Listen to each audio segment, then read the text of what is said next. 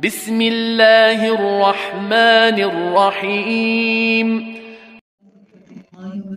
Innal hamdalillah nahmaduhu wa nasta'inuhu wa nastaghfiruh wa na'udzu billahi min syururi anfusina wa sayyiati a'malina man yahdihillahu fala mudhillalah wa man yudlil fala hadiyalah. Ashhadu an la ilaha illallah wahdahu la syarikalah wa ashhadu anna Muhammadan 'abduhu wa rasuluhu alladzi la nabiyya wa la rasula ba'dah. Allahumma anfa'na bima 'allamtana wa 'allimna ma yanfa'una wa zidna 'ilma. Allahumma nawwir qulubana binuri hidayatik kama nawartal arda binuri syamsika abadan abada birahmatika ya arhamar rahimin. Allahumma arhamna bil qur'ani waj'alil qur'ana hujjatan lana wala hujjatan 'alaina amin ya rabbal alamin. Alhamdulillah, puji dan syukur kehadirat Allah Subhanahu wa taala yang mengumpulkan kita dalam majelis penuh barakah ini. Kemudian salawat teriring salam semoga tetap tercurah limpahkan pada Nabiullah wa Rasulullah Muhammad sallallahu alaihi wasallam, juga kepada keluarganya, kepada para sahabat, para tabi'in, atba' tabi'in, dan kita berharap juga semoga sampai pada kita sekalian beserta seluruh kaum muslimin hingga akhir zaman kelak. Amin ya rabbal alamin. Baik, para ustadzah yang dirahmati Allah Subhanahu wa taala, insyaallah dalam kesempatan kali ini kita akan berbicara mengenai permasalahan sanad dan periwayatan sebagaimana yang diamanahkan oleh panitia. Tadi materinya sudah di-share ya dalam bentuk PDF.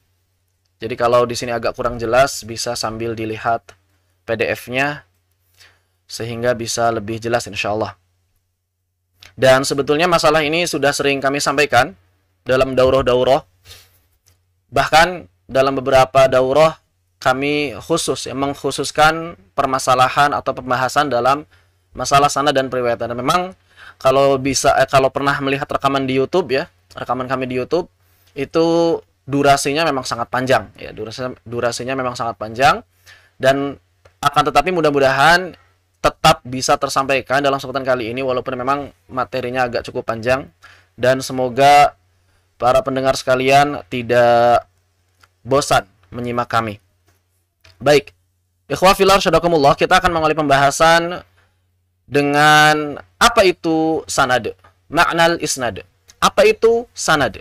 Ini sering dibicarakan oleh orang-orang ya, terutama mungkin sekitar kurun 2 atau 3 tahun ke belakang mulai sangat ramai sekali dibicarakan, baik di dunia nyata ataupun di dunia media sosial. Banyak orang berbicara tentang sanad, banyak poster bertebaran yang di sana bertuliskan bersanad. Sebetulnya apa itu sanad? Secara bahasa, sanad artinya adalah sandaran yang dapat dipercaya atau bukti. Jadi sanad itu bisa bermakna sandaran ya, seperti misalnya saya bersandar di kursi. Ini berarti kursi ini sanad saya, karena tempat saya bersandar. Jadi sanad itu sandaran atau bukti, atau bisa bermakna bukti. Adapun dalam istilah ilmu riwayah, jadi riwayah itu adalah sebuah ilmu yang meneliti jalur-jalur sanad. Ilmu riwayah adalah sebuah ilmu yang meneliti jalur-jalur sanad, kesahihan atau kedhaifan sanad. Itu dibahasnya dalam ilmu riwayah. Menurut istilah ilmu riwayah, yang dimaksud dengan sanad adalah rantai yang menghubungkan pembawa berita atau istilahnya rawi yang mengabarkan sesuatu, yang memberitahu sesuatu, itu namanya rawi atau periwayah bahasa kita. Dari sebuah matan. Matan itu apa? Matan itu beritanya. Matan itu kabarnya atau teks atau lafaz kepada pembicara, kepada orang yang membicara, pada orang yang menjadi sumber matan atau teksnya. Pembicara itu maksudnya adalah sumber matan atau teksnya. Yang berbicaranya siapa? Ada orang memberikan kabar kepada kita, kemudian dia mengatakan, saya mendengar dari Ustadz A, dia berkata ini. Nah, berarti Ustadz A itu pembicara atau penulis kalau berupa tulisan ya. Apa yang dibicarakan oleh Ustadz A itu adalah matan istilahnya, atau teksnya atau lafaznya. Orang yang memberitahu pembicaraan tersebut, orang yang memberitahu perkataan tersebut kepada kita, itu disebut rawi atau periwayah. Rawi atau periwayah ya. Teks atau lafaz atau kabar yang dibawa atau diriwayatkan oleh perawi disebut khabar, berita atau matan. Jadi apa itu matan? Adalah sesuatu yang kepadanya berakhir sanad. Matan itu kan ujungnya sanad. Jadi sanad itu kan saya yang mendengar berarti kan ya. Orang yang menyampaikan berita dan orang yang menjadi sumber berita. Itulah akhir atau ujungnya matan. Ya. Akhir atau ujungnya sanad. Akhir atau ujungnya sanad. Jadi tempatnya matan berasal itulah ujungnya sanad. Jadi matan itu sesuatu yang kepadanya berakhir sanad.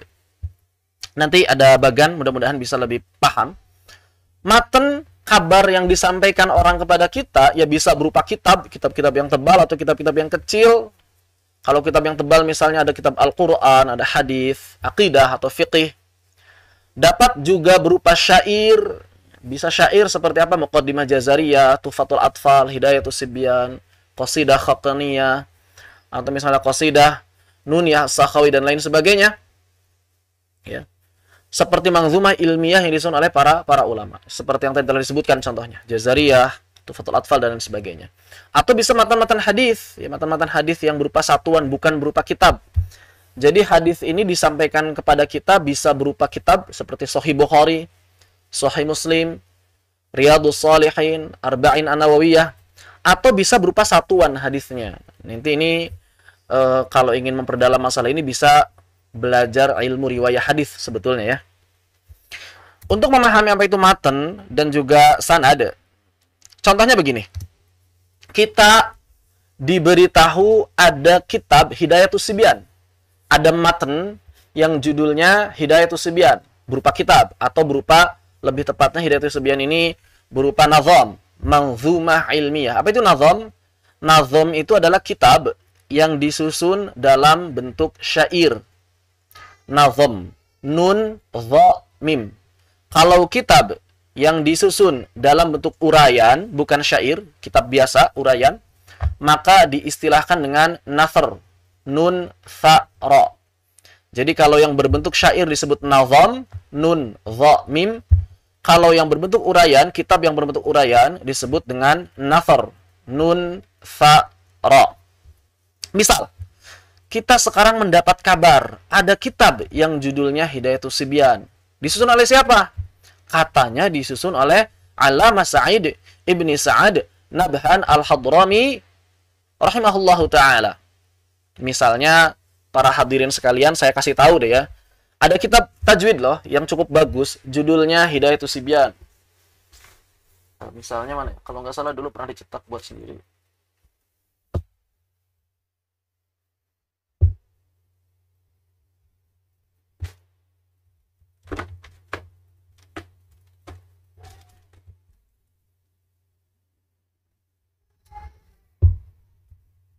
Sepertinya terselip.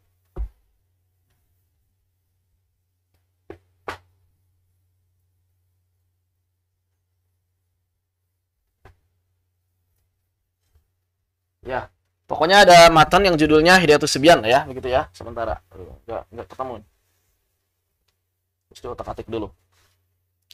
Ada matan yang judulnya Hidayatus Sibyan. Saya ngasih tahu sama para hadirin sekalian. Wahai ibu-ibu, para ustadzah, ada kitab tajwid yang bagus loh. Judulnya Hidayatus Sibyan. Ditulis oleh Allamah Sa'id Ibni Sa'ad Nabhan Al-Hadrami rahimahullahu ta'ala. Apa isi kitabnya? Isi kitabnya berupa syair yang berisi kaidah-kaidah hukum tajwid. Nanya ke saya lagi, gimana bunyi syairnya? Bunyi syairnya adalah Bismillahirrahmanirrahim. Alhamdulillahi wa shalla rabbuna ala nabil mustafa habibuna wa alihi wa sahbihi man qara wa haka fi tajwid nadhman hurira. Sama itu Hidayatus Sibyani arju ilahi ghayat ridwani dan seterusnya. Percaya nggak? Ibu-ibu percaya nggak? Kalau itu adalah kitab Hidayatus Sibyan yang disusun oleh Allamah Sa'id Ibni Sa'ad Nabhan Al-Hadrami. Jawabannya percaya nggak?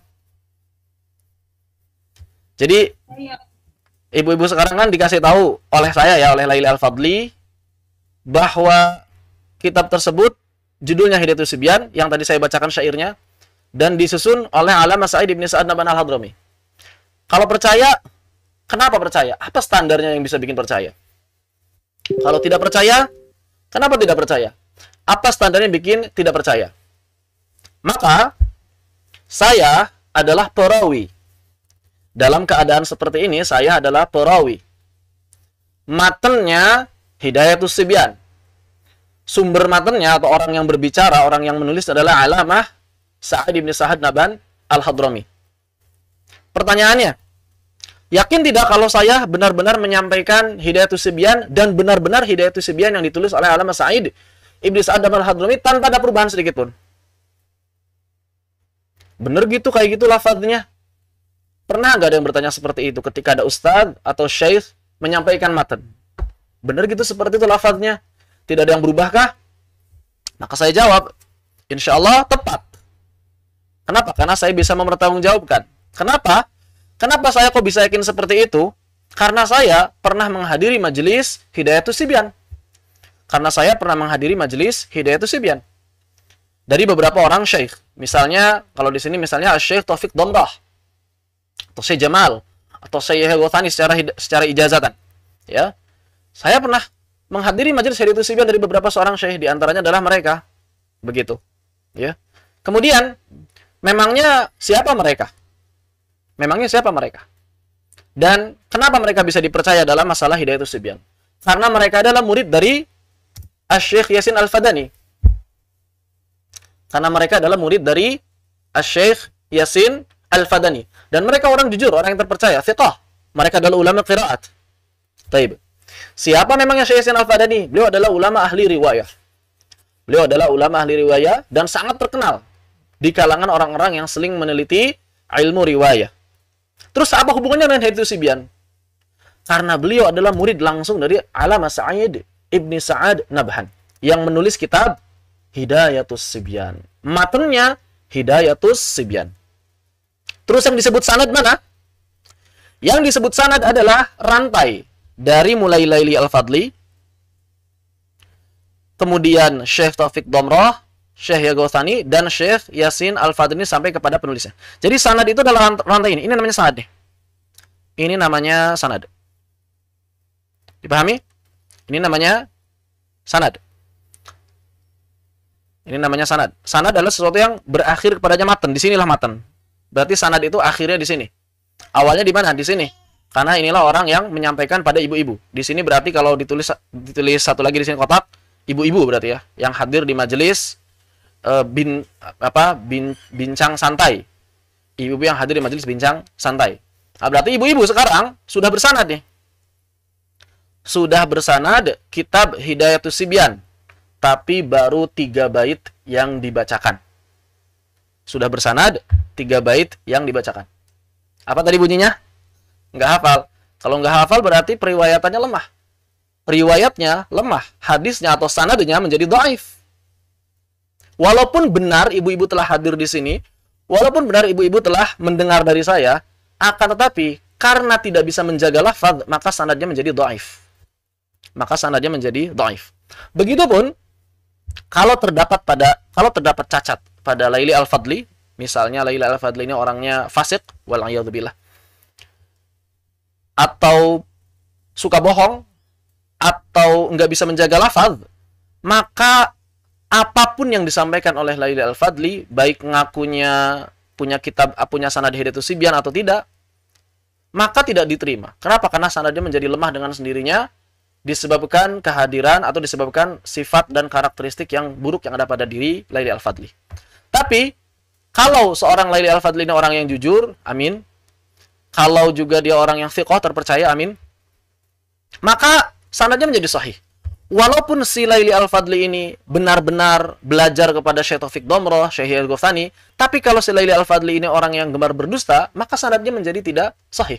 Jadi, sanad itu ada yang sahih, ada yang tidak. Sanad itu ada yang sahih, ada yang tidak. Tidak setiap orang bersanad sahih. Saya bersanad. Kenapa? Karena saya mendengar dari Syekh Taufik Domrah. Saya belajar pada beliau, walaupun secara online. Tapi live, kalau live terhitung ya, sanadnya sahih kalau live. Kalau tidak live, kalau rekaman tidak terhitung. Tapi, kalau di sini Laili Al-Fadli orang yang suka berdusta, maka tidak boleh diterima perkataannya. Walaupun perkataannya bisa jadi benar. Tapi karena dia orang yang berdusta, maka sanadnya dhaif. Maka sanadnya tidak bisa diterima. riwayahnya tidak bisa diterima. Ini persoalan isnad atau sanad. Ini contohnya Hidayatus Sibyan karena sanadnya pendek, enak ya. Kalau contohnya Al-Quran kepanjangan, ada 29 atau 30 orang, wah ngejelasinnya kepanjangan. Bisa ribet. Begitu. Intinya, sanad adalah sesuatu yang rantai periwayatan yang berakhir kepadanya matan. Jadi ujungnya adalah matannya itu sendiri. Perawinya di sini berarti Laili Al-Fadli, Syekh Taufik Domroh, Syekh Yasin Al-Fadli. Ini perawi. Ini namanya para perawi. Kemudian kalau kita sudah mendengar di sini diganti misalnya namanya jadi nama kita, sudah mendengar, maka kita menjadi perawi juga saat menyampaikan ke orang lain. Yang jadi masalah, kita ini jadi perawi yang sahih atau tidak? Perawi yang bisa dipercaya atau tidak? Maka nanti ada syarat-syarat perawi, syarat-syarat orang yang diterima sanadnya, syarat-syarat sanad menjadi sahih. Walaupun kalau bagi kita yang sudah pernah belajar ilmu hadis, ya ini sudah menjadi hal yang umum diketahui oleh para penuntut ilmu hadis pemula sekalipun. Jadi bagaimana menentukan sanad yang sahih, bagaimana menentukan sanad yang dhaif, ya. Kapan seseorang itu yang punya sanad disebut sahih, kapan seseorang yang punya sanad disebut dhaif, itu ada dalam ilmu hadis dan itu sebetulnya dipelajari dalam dasar-dasar ilmu hadis. Begitu. Baik. Mudah-mudahan sampai di sini bisa dipahami. Dan kalau ada yang tanyakan langsung aja di chat, nggak apa-apa lah. Nanti saya buka chatnya. Jadi supaya apa? Supaya nggak menumpuk di akhir, supaya tidak menumpuk di akhir. Jadi dan langsung berkaitan dengan apa yang dibahas. Jadi supaya sekalian saya melakukan perluasan pembahasan atau pendalaman pembahasan bagi yang tidak memahami pembahasan ini. Jadi langsung saja, kalau ini kok tadi ngomongin apa nih nggak paham, langsung ketik ya. Kemudian nanti saya baca insya Allah. Jadi di sini saya kolom chatnya saya buka terus insya Allah. Kolom chatnya saya buka terus. Begitu ya. Mudah-mudahan dapat dipahami. Baik. Kemudian apa itu riwayah? Tadi disebut-sebut riwayah. Ya, riwayah itu adalah kabar berita. Kabar berita. Ilmu riwayah adalah ilmu yang mempelajari apakah kabar beritanya itu sahih atau tidak. Dengan cara apa? Dengan cara menelusuri sanad dan orang-orangnya. Dengan cara menelusuri sanad dan orang-orangnya. Jadi ilmu riwayah adalah ilmu tentang sanad. Ilmu riwayah adalah ilmu tentang sanad. Dan sanad itu hadir, sanad itu muncul karena ada riwayah, karena ada sesuatu yang diriwayatkan. Apa itu diriwayatkan? Disampaikan ke orang lain. Jadi ketika kita menyampaikan berita kepada orang lain, itu disebut juga dengan istilah meriwayatkan. Ini bagaimana riwayah bisa terjadi. Allamah Sa'id Ibn Sa'ad Nabhan menulis kitab Hidayatus Sibyan. Dibalik aja ya sebetulnya. Allamah Sa'id Ibn Sa'ad Nabhan menulis kitab Hidayatus Sibyan. Maka beliau menyampaikan kepada Syekh Yasin Al-Fadani. Nah, ini proses riwayah terjadi. Beliau meriwayatkan kepada Syekh Yasin Al-Fadani. Ya. Beliau meriwayatkan kepada Syekh Yasin. Syekh Yasin Al-Fadani meriwayatkan kepada murid-murid yang sangat banyak. Di antaranya Syekh Taufik Domroh, Syekh Ghuthani, Syekh Jamal, Syekh Tantawi, Syekh Mbah Maimun Zubair dan lain sebagainya. Pokoknya Syekh Yasin Fadani muridnya ribuan. Syekh Yasin Fadani muridnya ribuan, bahkan mungkin jutaan. Hanya yang faqih, yang terkenal faqih, yang memang mewarisi keilmuannya, tidak semuanya menjadi ulama ya. Tidak semuanya menjadi ulama. Yang menjadi ulama tidak terlalu banyak dibandingkan dengan murid-muridnya. Kalau murid-murid mungkin jutaan, kalau ulamanya paling ya ratusan begitu. Tapi tetap banyak juga ratusan ya. Tapi kalau dibandingkan jumlah murid yang sangat banyak, ya itu kecil begitu ya. Misalnya Syekh Taufik Domroh, Syekh Ghuthani. Maka ketika Syekh Yasin Fadani mengabarkan berita ini kepada Syekh Taufik Domroh, mengabarkan kitab Hidayatus Sibyan kepada Syekh Taufik Domroh, kepada Syekh Ghuthani, maka beliau sedang meriwayatkan kitab Hidayatus Sibyan. Begitupun ketika Syekh Taufik Domroh atau Syekh Ghuthani menyampaikan kitab Hidayatus Sibyan kepada kami, Laili Al-Fadli, maka mereka sedang meriwayatkan Hidayatus Sibyan kepada kami. Dan ketika kami, Laili Al-Fadli, menyampaikan kitab Hidayatus Sibyan kepada khalayak, kepada para hadirin sekalian, maka kami sedang meriwayatkan kepada para hadirin sekalian. Meriwayatkan apa? Kitab Hidayatus Sibyan. Misalnya saya katakan, Asy-Syaikh Al-Allamah Sa'id Ibn Sa'ad Nabhan mengatakan, sebagaimana kami mendengar dari Syekh Taufik Domroh, dan beliau mendapatkan riwayah dari Syekh Yasin Fadani, dan Syekh Yasin Fadani mendapatkan riwayah langsung dari penulisnya, Asy-Syaikh Allamah Sa'id bin Sa'ad Nabhan, di mana Syekh Allamah Sa'id bin Sa'ad Nabhan mengatakan, Bismillahirrahmanirrahim. Alhamdulillahi wa shalla rabbuna ala nabiyil mustafa habibuna wa alihi wa sahbihi wa man qara wa haka fi tajwidi nazman hurrira. Samaituhu hidayatas sibyani arju ilahi ghayatar ridwani.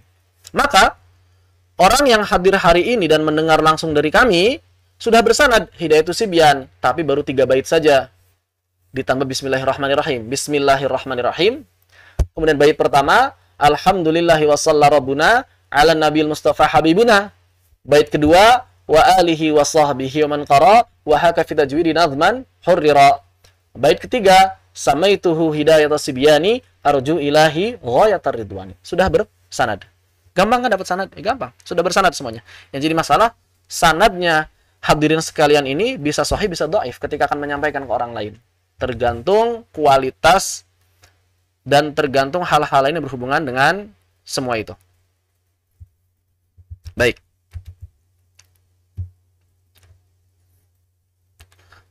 Waalaikumsalam warahmatullahi wabarakatuh. Apakah satu sanad ada minimal rawinya untuk mengetahui, bukan makan, matan maksudnya, atau makan itu apa? Mengetahui itu lemah atau kuat. Ada minimal rawinya untuk mengetahui itu lemah atau kuat. Ini pertanyaan gimana nih?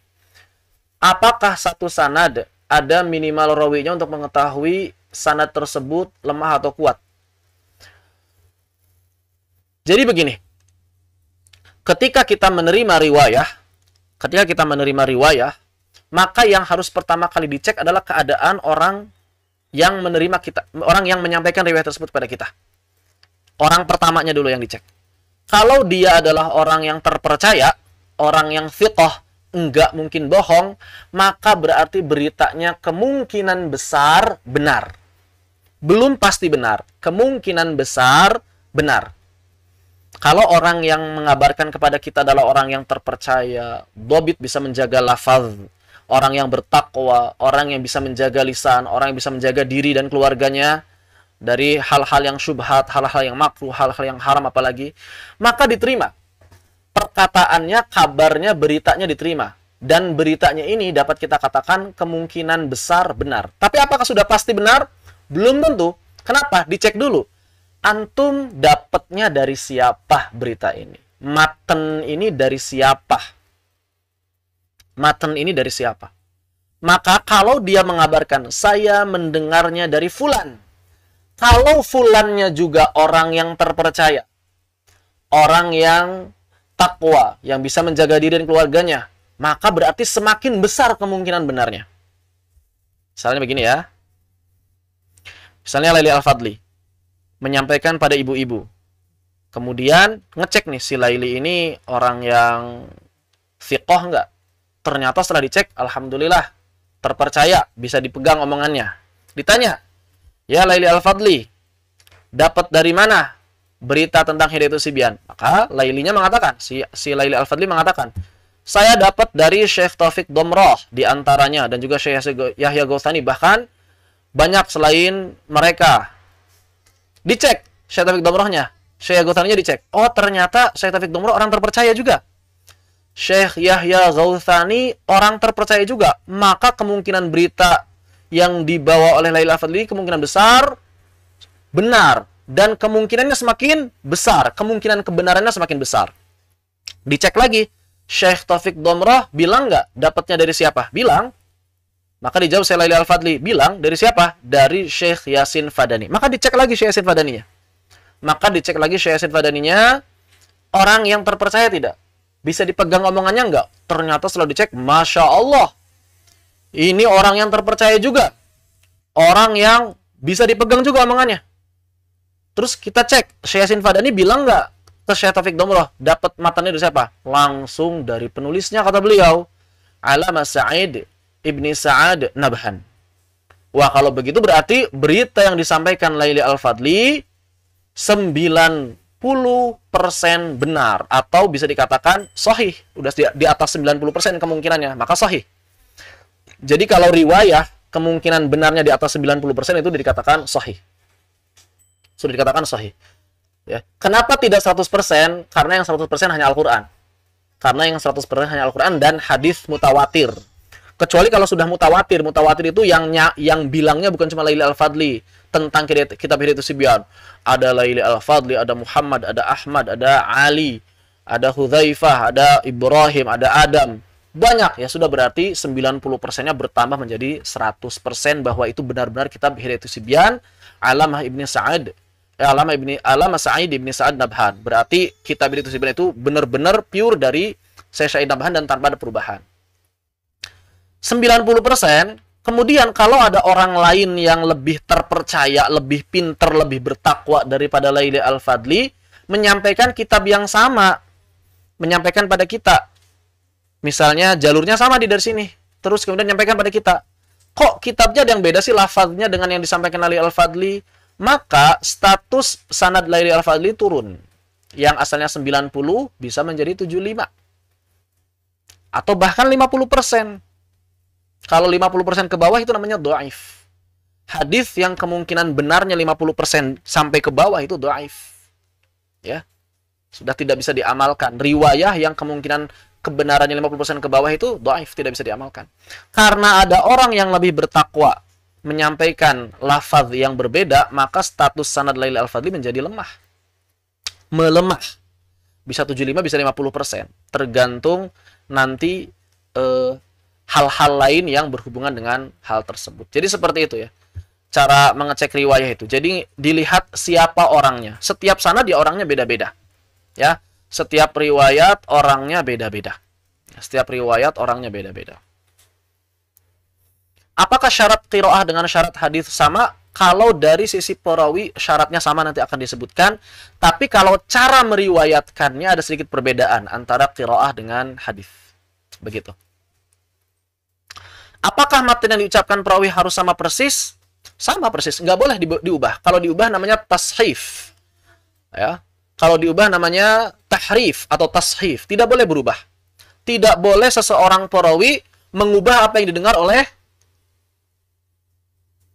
tidak boleh seorang perawi mengubah apa yang dengar dari gurunya. Kalau dia mengubah, maka dia harus bilang, saya lupa yang disampaikan guru saya, tapi kalau nggak salah ini, nah harus bilang begitu. Tapi dengan keadaan seperti itu, dengan pernyataan itu, maka derajat sanadnya menjadi turun. Kenapa? Karena ada keraguan dari dirinya tentang lafaz tersebut. Nggak jadi 90% ke atas, nilainya bisa jadi 70. Kenapa? Karena ada keraguan pada sebagian lafaz. Ya. Jadi tidak boleh ada orang yang mengubah. Yang boleh itu adalah meneliti dari beberapa jalur yang ada, ya, karena memang satu sanad ini bisa jadi banyak jalurnya. Bisa jadi banyak jalurnya, ya. Jadi riwayah yang sama, matan yang sama, jalurnya banyak, ya, seperti Al-Qur'an. Jalurnya banyak. Bisa dari syekh ini, syekh itu, syekh, bisa jadi ribuan jalur. Begitupun misalnya ini Hidayatus Sibyan, walaupun misalnya asalnya satu nih, Syekh Yasin Fadani, kan dari sini saya sudah dua. Syekh Taufik Domroh, Syekh Yahya Ghausani. Ini kalau dicabangin dari dua. Atau misalnya tambah lagi di sini Syekh Jamal, atau misalnya tambah lagi di sini Syekh Tantawi. Dan dari mereka bisa jadi muridnya banyak sekali. Ya kan, muridnya banyak sekali, beda-beda lagi jalurnya. Walaupun pada akhirnya harus mengerucut kepada satu sumber yang sama. Sumber utamanya harus sama. Kalau sumber utamanya beda, ya berarti bukan riwayah yang sama, berantakan berarti riwayah. Sumber utamanya harus sama. Tapi cabangnya di sini bisa banyak. Bisa di generasi pertama bercabang, bisa di generasi kedua bercabang, bisa di generasi ketiga bercabang. Murid-murid Syekh Taufik Domroh kan banyak juga di sini. Ya. Kalau misalnya ada riwayah yang lafaznya berbeda, bisa jadi alamah Syekh Sa'adnya yang sendiri yang memang kadang-kadang merevisi tulisan, ke muridnya yang ini disampaikan yang belum direvisi, ke murid yang itu yang disampaikan yang sudah direvisi. Bisa jadi seperti itu. Atau bisa jadi orang yang kedua di sini ada yang benar-benar kuat hafalannya, ada yang agak kuat, ada yang kurang kuat hafalannya. Maka disitulah pentingnya meneliti orang-orang tersebut. Begitu ya. Bisa jadi di orang ketiga, di sini kuat, di sini sangat kuat, di sini kurang kuat, di sini lemah hafalannya. Atau di sini catatannya rapi, di sini catatannya berantakan, kan beda hasilnya. Nah, maka itulah pentingnya bagi kita untuk meneliti para perawi sebelum menentukan sanad ini sahih atau tidak, begitu ya. Jadi matan yang sama bisa dinilai sahih atau tidak berdasarkan perawinya. Ini menyampaikan Hidayatus Sibyan. Ini menyampaikan Hidayatus Sibyan. A menyampaikan Hidayatus Sibyan, B menyampaikan matan Hidayatus Sibyan, C menyampaikan matan Hidayatus Sibyan. Mana yang sahih? Kalau ada perbedaan pendapat, ya dilihat siapa yang paling terpercaya di antara mereka, itulah yang diambil. Siapa yang paling bisa menjaga lafaz, itulah yang diambil. Begitu. Kalau kita menerima dari banyak riwayat, dari banyak perawi, kemudian menemukan perbedaan, nah kita wajib meneliti kalau mampu. Kalau tidak mampu, ya nggak usah diteliti. Begitu ya. Cukupkan apa yang diterima saja. Ini contoh dari sanad dan juga riwayat. Baik. Apa manfaatnya meriwayatkan? Apa manfaatnya penelitian ilmu riwayah? Apa manfaatnya meneliti jalur sanad? Yang pertama, bahwa ilmu riwayah, ilmu tentang sanad, meneliti jalur-jalur periwayatan yang ada, itu adalah salah satu pintu gerbang ilmu. Menurut para ulama demikian. Jadi, kata para ulama apa? Al-ilmu, ilmu itu lahu baban. Ilmu itu punya dua pintu. Ilmu itu punya dua pintu. Ilmu itu apa seperti Madinah ya. Kal Madinah laha baban. Seperti Madinah yang punya dua pintu. Ad-dirayah war riwayah. Yang pertama adalah riwayah, penelitian jalur-jalur sanadnya ya. Ini yang pertama, apakah matanya sahih atau tidak. Yang kedua adalah dirayah. Dirayah itu apa? Dirayah itu adalah tafsir atas matan, pemahaman terhadap matan. Kalau kita mengenalnya ilmu itu dirayah saja ya. Yang penting kan faham kan begitu. Ya nggak pentinglah sanad segala macam, yang penting mah faham. Padahal kata para ulama, ilmu itu adalah Madinah atau kota yang punya dua gerbang. Jadi harus dimasuki dari keduanya kalau kita ingin sempurna. Namun kata para ulama, siapa saja yang masuk dari salah satunya, insya Allah bisa sampai kepada ilmu. Namun yang masuk dari keduanya akan lebih berkah insya Allah. Jadi kalau kita ingin mendapatkan ilmu secara sempurna, selidiki jalur-jalur sanadnya dulu, kemudian baru matanya kita fahami dengan pemahaman yang tepat, pemahaman yang benar. Caranya bagaimana supaya pemahamannya tepat? Ya dari orang-orang yang bersanad itu. Pertama kali kita tanyakan, ini tafsirnya apa, ini maknanya apa, ini maknanya apa. Ya, begitu. Yang kedua, ya kita cari di kitab-kitab para ulama. Kita cari syarah-syarah atau penjelasan dari para ulama yang lain.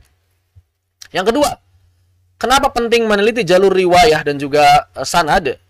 Ini agar kita bisa menjaga lafaz supaya nggak ada yang berubah. Makanya tadi disampaikan, boleh nggak mengubah. Justru penelitian terhadap sanad itu agar lafaz terjaga sebagaimana yang diucapkan atau yang ditulis oleh penulisnya. Kenapa kemudian muncul ilmu riwayah? Karena dahulu banyak orang yang berdusta atas nama Nabi. Jadi orang mengatakan, Nabi bersabda begini loh, padahal enggak. Atau misalnya Nabi bersabda begini, lafadznya ABCD, padahal keliru. Maka ditelitilah riwayahnya, diteliti sanadnya. Bagaimana caranya? Dengan meneliti jalur-jalur sanad tersebut. Orang-orangnya dicek, ini orangnya kuat nggak hafalannya, ini orangnya lemah nggak hafalannya. Begitulah cara para ulama meneliti mana hadis yang sahih, mana hadis yang dhaif. Kemudian ilmu riwayah ini melebar kepada juga selain hadis, kepada Al-Quran, kemudian kepada kitab-kitab seperti ini digunakan dalam penelitian kitab-kitab yang lain. Jadi ilmu hadis ini ilmu yang juga digunakan dalam penelitian kitab yang lain. Ilmu riwayah asalnya ilmu hadis, tapi zaman sekarang kaidah-kaidah riwayah, kaidah-kaidah sanad itu digunakan juga dalam bidang ilmu yang sejak kapan ya? Sejak lama juga sebetulnya. Ya mungkin beriringan lah dengan lahirnya ilmu hadis itu sendiri. Kemudian yang ketiga, sanad ini berkaitan erat dengan keberkahan. Kenapa? Begini, misalnya tadi ya, ketika Syekh Syahid Sa'ad Nabhan Al-Hadrami rahimahullah ta'ala menyampaikan kitab Hidayatus Sibyan. Beliau menyampaikan kitab Hidayatus Sibyan kepada Syekh Yasin Fadani. Maka jelas Syekh Yasin Fadani ini mendapatkan keberkahan yang sangat banyak. Kenapa? Karena beliau mempelajari kitab langsung kepada penulisnya. Karena beliau mempelajari kitab langsung kepada penulisnya. Kita yang hidup di zaman sekarang pengen juga dong belajar kitab itu langsung pada penulisnya. Kenapa? Karena keberkahan. Karena kalau kita belajar langsung kepada penulis kitab itu keberkahannya lebih dibandingkan dengan orang yang tidak pernah mengenal penulisnya atau kita belajar sendiri. Ya. Tapi ternyata Syekh Sa'ad Nabhan sudah wafat. Gimana dong supaya tetap dapat keberkahan? Ya cari muridnya. Siapa di antara murid yang terkenal? Asy-Syaikh Yasin Al-Fadani. Kita cari Syekh Yasin. Ternyata Syekh Yasin juga sudah wafat. Bagaimana caranya supaya tetap dapat keberkahan? Ya cari muridnya yang pernah belajar kepada Syekh Yasin. Ternyata masih ada yang hidup. Di antaranya siapa? Syekh Taufik Domroh, Syekh Yahya Al-Ghawthani, Syekh dan lain-lain sebagainya. Walhamdulillah, maka kita harus cari mereka supaya keberkahannya tidak terputus. Supaya kita belajar kitab Hidayatus Sibyan itu seakan-akan langsung kepada penulisnya. Seakan-akan kita membaca kitab Hidayatus Sibyan itu telah mendapatkan izin langsung dari penulisnya. Ini kan keberkahan yang luar biasa, ya. Makanya para ulama mengatakan kalau ada majelis-majelis riwayah, majelis pengambilan sanad lil barokah, untuk keberkahan, begitu ya. Jadi ada kaitannya dengan keberkahan ternyata. Menurut siapa? Menurut para ulama. Menurut para ulama ahli riwayah. Apalagi kalau matanya matan hadis, itu udah jelas. Kalau matanya matan hadis sudah jelas. Kenapa? Karena sanadnya nyambungnya kepada Rasulullah sallallahu alaihi wasallam. Kalau ini bukan kepada Rasul kan, Hidayatus Sibyan kan bukan perkataan Rasul ya, tapi kan perkataan ulama besar. Sedangkan ulama pewaris para nabi. Kemudian yang keempat, menjaga cara baca dan variasi qiraat. Ini periwayatan Al-Qur'an. Kalau periwayatan hadis, periwayatan kitab selain Al-Qur'an, itu yang penting lafadznya enggak berubah. Yaqulu ya yaqulu, alhamdu ya alhamdu. Cara bacanya bagaimana? Tidak ditekankan. Mau cara bacanya fasih atau kurang fasih tidak masalah. Beda halnya kalau yang diriwayatkan adalah Al-Quran.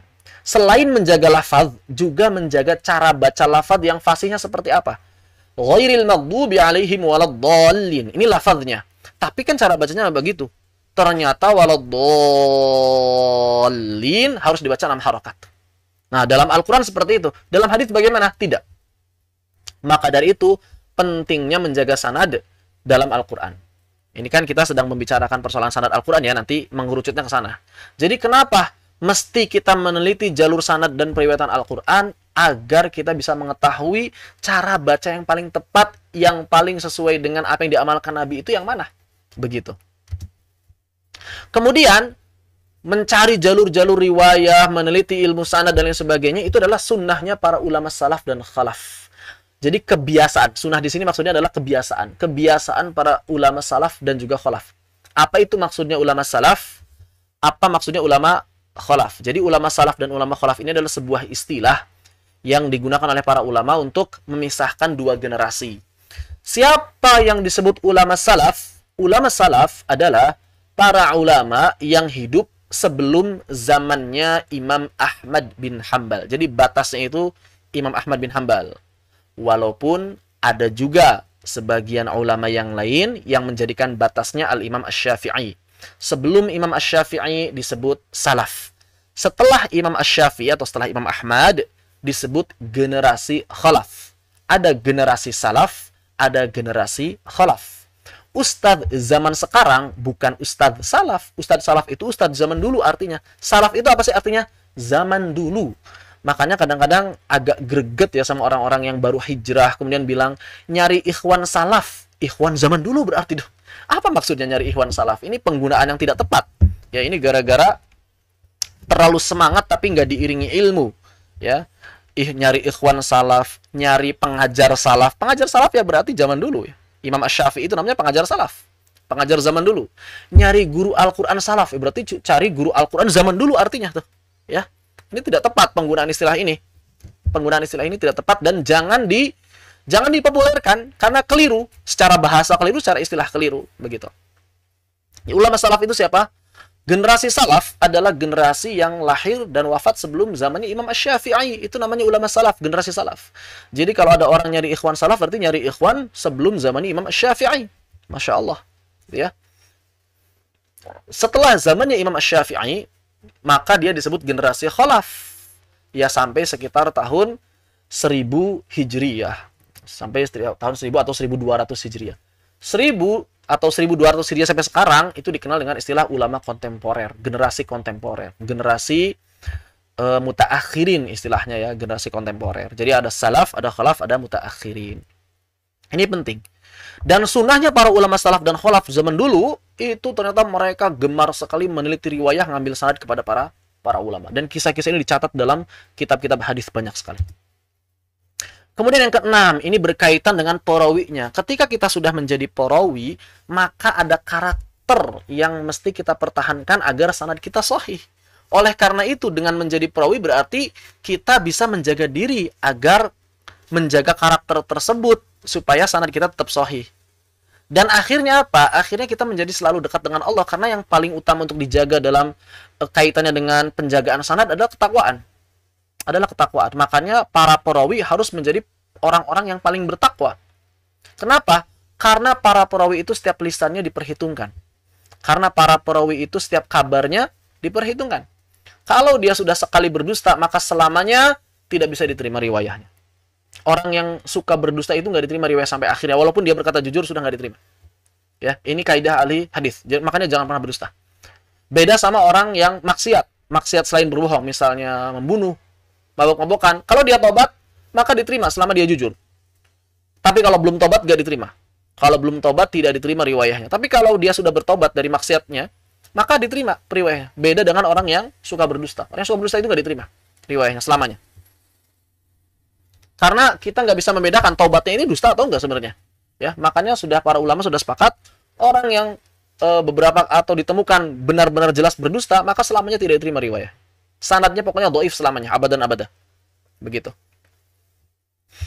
Yang ketujuh adalah menjadi pemicu untuk memperdalam sisi diroyah. Ya, jelas. Kalau kita sudah punya riwayahnya, baru kita memperdalam diroyahnya. Ini baru kita masuk dari dua pintu sekali, dari dua gerbang sekali. Masya Allah. Ya. Ini adalah beberapa faidah periwayatan. Begitu. Wallahu ta'ala a'lam.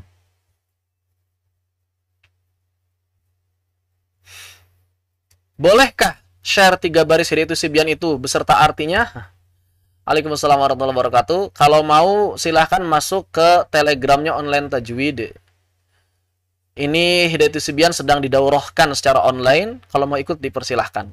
Sedang didaurahkan secara online. Baru materi pertama kemarin. Jadi kami sistemnya pengiriman materi setiap pekan, setiap hari Sabtu. Jadi kalau ada yang mau ikut, masih belum ketinggalan insya Allah. Saat sudah dalam posisi tidak mampu mengenali karakter, ya, bagaimana bisa meneliti orang yang tidak mengenal karakter dan juga tidak mengetahui silsilah sanad dan periwayatan, maka wajib baginya untuk taklid kepada ulama yang faham ilmu riwayah.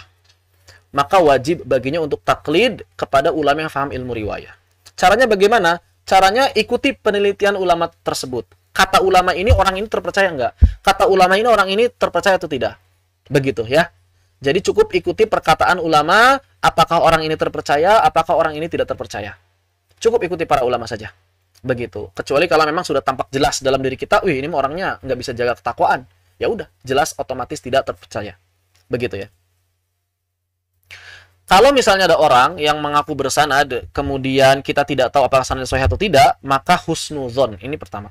Kepada seorang muslim wajib husnuzon. Sampai kapan? Sampai ditemukan adanya kekeliruan. Kalau tidak ditemukan adanya kekeliruan, kita anggap sanadnya sahih. Begitu saja. Ya. Apakah semua orang berhak memiliki sanad? Berhak, sangat berhak sekali. Nanti gampang insya Allah ya. Apakah Al-Quran ini dengan baca atau harus hafal? Tergantung guru, nanti akan dijelaskan insya Allah. Beda pendapat ya, beda pendapat. Tadi kan saya sudah katakan, ada sebagian ulama yang mengatakan bahwa generasi salaf itu sebelum Imam Asy-Syafi'i, ada yang mengatakan bahwa generasi salaf itu adalah sebelum Imam Ahmad. Jadi, kalau sebelum Imam Asy-Syafi'i disepakati salaf. Kalau di antara Imam Asy-Syafi'i dan Imam Ahmad, ini yang para ulama beda pendapat. Apakah dia salaf atau khalaf? Dan setelah generasi Imam Ahmad, para ulama sepakat khalaf. Jadi yang para ulama beda pendapat penyebutan ini di antara generasi Imam Asy-Syafi'i dan Imam Ahmad. Apakah generasi Imam Asy-Syafi'i dan Imam Ahmad ini adalah ulama salaf atau ulama khalaf? Karena ini lumayan cukup banyak ulama-ulama terkenal para imam mujtahidin, namun sudah lewat generasi atba' tabi'ut tabi'in begitu. Sedangkan dalam hadis disebutkan tsummal ladzina yalunahum tsummal ladzina yalunahum tsummal ladzina yalunahum. Hanya 3 generasi. Jadi setelah para sahabat itu hanya 3 generasi, sahabat, tabi'in, tabi'ut tabi'in, atba' tabi'ut tabi'in. Dan kalau misalnya dari kita menilai hadisnya secara zahir, ya sampai Imam Asy-Syafi'i. Cuma ternyata di zaman ini, di zaman antara Imam Asy-Syafi'i dan Imam Ahmad, banyak sekali para ulama besar yang masih hidup di sana, para imam mujtahidin. Apakah mereka juga termasuk generasi yang disebut oleh hadis atau bukan? Inilah yang menjadi perbedaan pendapat para ulama. Jadi sebagian ulama mengatakan Berarti setelah Imam Asy-Syafi'i masih ada, masih disebut salaf juga sampai kapan ya? Berarti sampai Imam Ahmad. Begitu. Wallahu taala alam ya.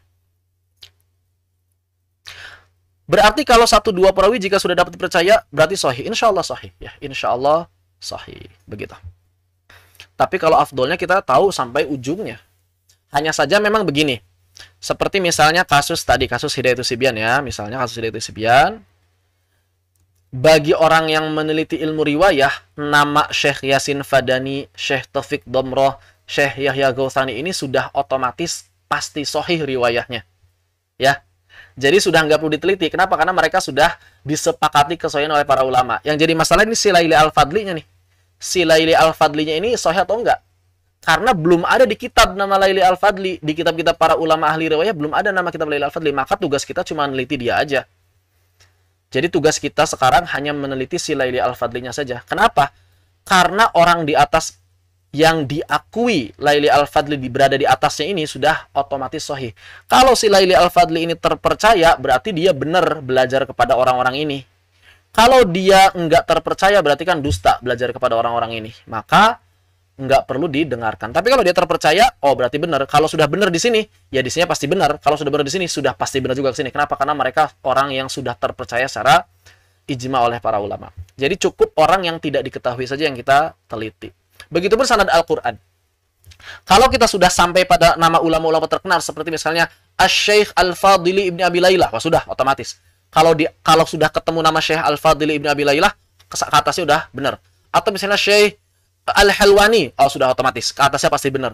Jadi ada nama-nama tertentu yang memang sudah menjadi patokan dan itu disepakati kesahihannya oleh para ulama. Yang penting itu berarti di bawahnya, nama-nama di bawahnya. Orang-orang zaman sekarangnya berarti yang penting dusta atau jujur orang-orang zaman sekarangnya, begitu ya. Kalau orang-orang zaman dulunya kan di kitab-kitab sudah ada, ditulis di kitab-kitab ya, ditulis di kitab-kitab. Kalau orang zaman sekarang kan belum ada yang nulis nih. Walaupun sebagian orang ada juga, sebagian ulama ada juga yang menulis. Sebagian ulama ada juga yang menulis kitab-kitab tersebut, menuliskan nama-nama ulama zaman sekarang atau nama-nama ahli qiraat zaman sekarang. Ada misalnya Syekh Taufik Domroh. Syekh Taufik Domroh ini menulis kitab yang judulnya Tuhfatul Ikhwan. Nah, Tuhfatul Ikhwan ini isinya adalah tentang sanad-sanad ulama zaman sekarang yang masih hidup bahkan begitu ya. Jadi beliau menuliskan kitab tersebut untuk apa? Agar kita tahu mana riwayah yang sahih, mana riwayah yang tidak sahih. Seperti itu. Jadi bisa dikaji kitab Tuhfatul Ikhwan. Yang nggak disebut Tuhfatul Ikhwan, itu yang mesti dikaji sendiri. Jadi para ulama sudah banyak memberikan kemudahan ya dengan apa? Dengan memberikan tulisan-tulisan yang sangat banyak. Baik, kita lanjutkan. Tadi faidah mempelajari riwayah. Singkat-singkat aja afwan penjelasannya ya, karena memang agak panjang.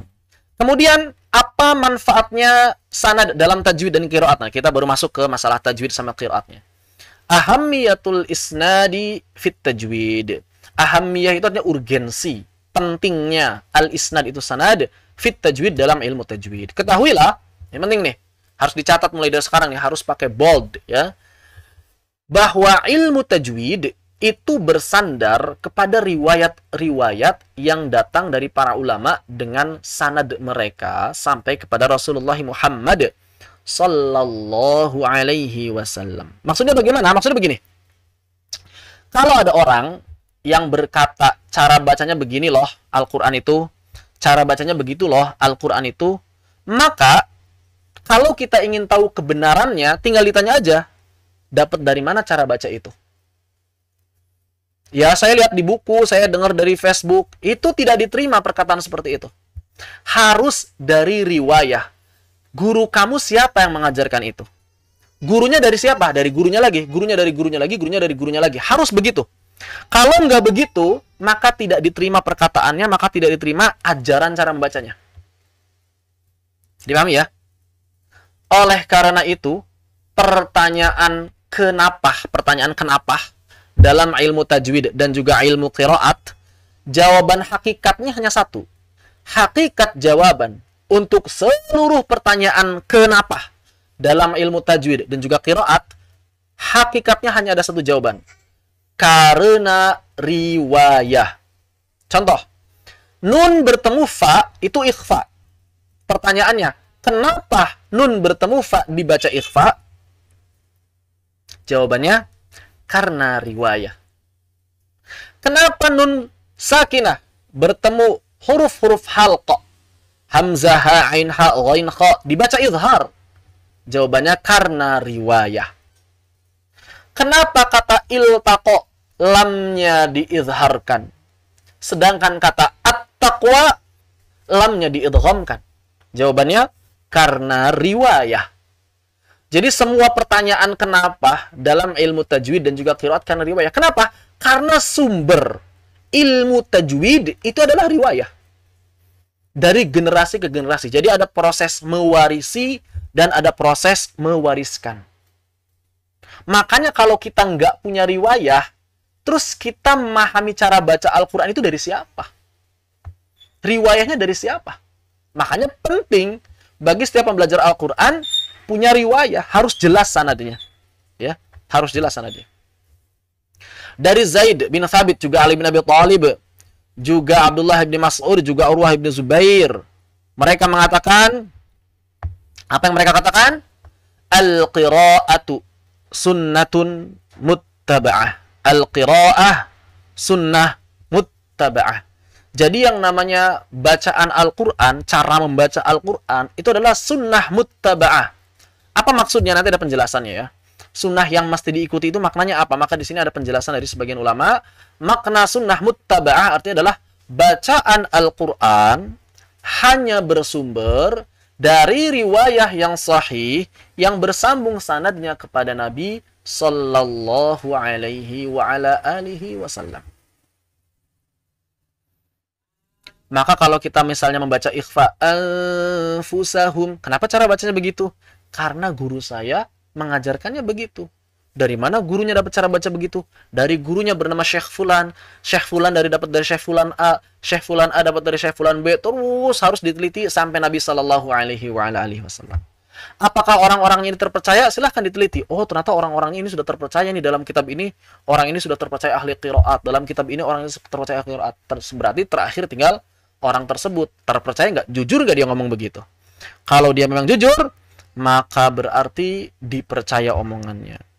Maka berarti dipercaya omongannya, dipercaya cara mengajarnya, cara bacanya, ya, cara baca yang diajarkannya dipercaya, insyaallah. Kemudian orang yang telah menerima riwayah dari gurunya ini nggak boleh menyelisihi, mengubah apa yang disampaikan gurunya, nggak boleh, ya, seperti itu. Makanya nanti ada riwayah dari Nabi Shallallahu Alaihi Wasallam bahwa seseorang harus mengikuti apa yang disampaikan gurunya. Kemudian Imam Qulun mengatakan, maknanya apa sih? Ya'khudhuhal akhir anil awal. Ya. Orang yang datang belakangan mengambil dari orang yang datang duluan. Generasi belakangan ngambil ke generasi awal. Jadi begitulah cara belajar Al-Quran. Nggak bisa belajar sendiri, harus punya guru. Gurunya harus punya guru, gurunya harus punya guru, gurunya harus punya guru, gurunya harus punya guru, gurunya harus nyambung sanadnya kepada Nabi Shallallahu Alaihi Wasallam. Dengan kata lain, setiap orang yang mau belajar Al-Quran harus bersanad. Maksudnya punya guru yang jelas, yang guru tersebut sanadnya sampai kepada Nabi Shallallahu Alaihi Wasallam. Begitu ya. Generasi yang datang kemudian mengambil riwayah dari generasi yang sebelumnya. Begitu. Jadi, tidak ada manhaj yang lurus dalam pembelajaran Al-Quran kecuali melalui jalan talaqqi dan musyafahah. Jadi, kalau misalnya ada yang nanya, apa manhaj antum dalam tajwid ini, dalam lembaga ini? Maka jawabannya talaqqi dan musyafahah. Bertatap muka dengan guru dan belajarnya dari lisan ke lisan. Karena demikianlah Nabi Shallallahu Alaihi Wasallam mengajarkan para sahabatnya mengajarkan para tabi'in, para tabi'in mengajarkan para tabi'ut tabi'in, begitu pula guru mengajarkan pada kita, guru kita mengajarkan pada kita, maka kita pun mengajarkan murid-murid kita seperti itu. Sehingga sanadnya terus tersambung sampai generasi berikutnya yang akan datang. Asy-Syaikh Husni Syekh Utsman mengatakan dalam kitab Haqqut Tilawah, fa'ala qari'il Qur'an. Fa'ala di sini maksudnya adalah wajib bagi. Qari'il Qur'an, wajib bagi setiap pembaca Al-Qur'an. Wajib bagi pembaca Al-Quran ayyakhudha, untuk mempelajari qira'atahu, cara baca Al-Qur'annya, ala tariqit talaqqi wal isnad, melalui jalan talaqqi dan menelusuri jalur-jalur sanad. Ani syuyukhil akhidhina an syuyukhihim, di mana dia ini mengambil bacaannya dari guru-gurunya, yang guru-gurunya mengambil dari guru-gurunya juga, ya, seperti yang tadi kami jelaskan. Dia belajar Al-Quran dari guru-gurunya, guru-gurunya belajar Al-Quran dari guru-gurunya, guru-gurunya belajar Al-Quran dari guru-gurunya, kayyasila ila ta'akkudin, sampai benar-benar dia yakin, min anna tilawatahu, bahwa cara baca yang diamalkannya, tilawah yang diamalkannya, tutabiq, benar-benar sesuai dengan maja'a an Rasulillahi sallallahu alaihi wa alihi wasallam, sesuai dengan apa yang dipraktekkan oleh Rasulullah sallallahu alaihi wa alihi wasallam, bisanadin sahihin muttasil, dengan sanad yang bersambung dan sahih. Ya, sanad kalau tidak bersambung tidak sahih. Sanad yang sahih pasti bersambung. Begitu, ya. Jadi ini penting bagi setiap para pembaca. Beliau bilangnya di sini bukan guru, qori. Kalau guru itu mukri. Jadi bukan cuma buat guru, punya guru yang jelas, sanadnya itu bukan cuma buat para pengajar Al-Qur'an, tapi para pembelajar Al-Qur'an wajib punya guru yang jelas silsilah sanadnya. Silsilah sanad Al-Qur'annya. Beliau melanjutkan. Ini lebih tegas lagi. Beliau melanjutkan, amma ini atamada, adapun apabila dia hanya bersandar fi qiraatihi, dalam cara bacanya, ala ma qara'a fi butunil kutub. Salah. Dengan apa-apa yang dia baca pada kitab-kitab saja. Jadi dia hanya mengandalkan cara bacanya ini, benar salahnya, keliru tepatnya, hanya mengandalkan dari kitab-kitab yang dia baca.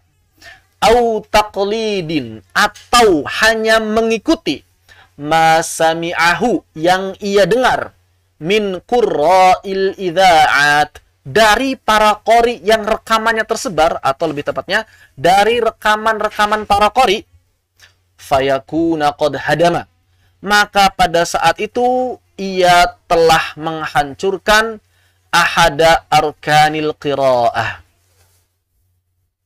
Maka dia telah menghancurkan salah satu rukun qiraah as-sahihah, yang sahih, ats-tsalatsah, yang jumlahnya ada 3. Jadi ada rukun bacaan Al-Quran yang sahih, jumlahnya ada 3.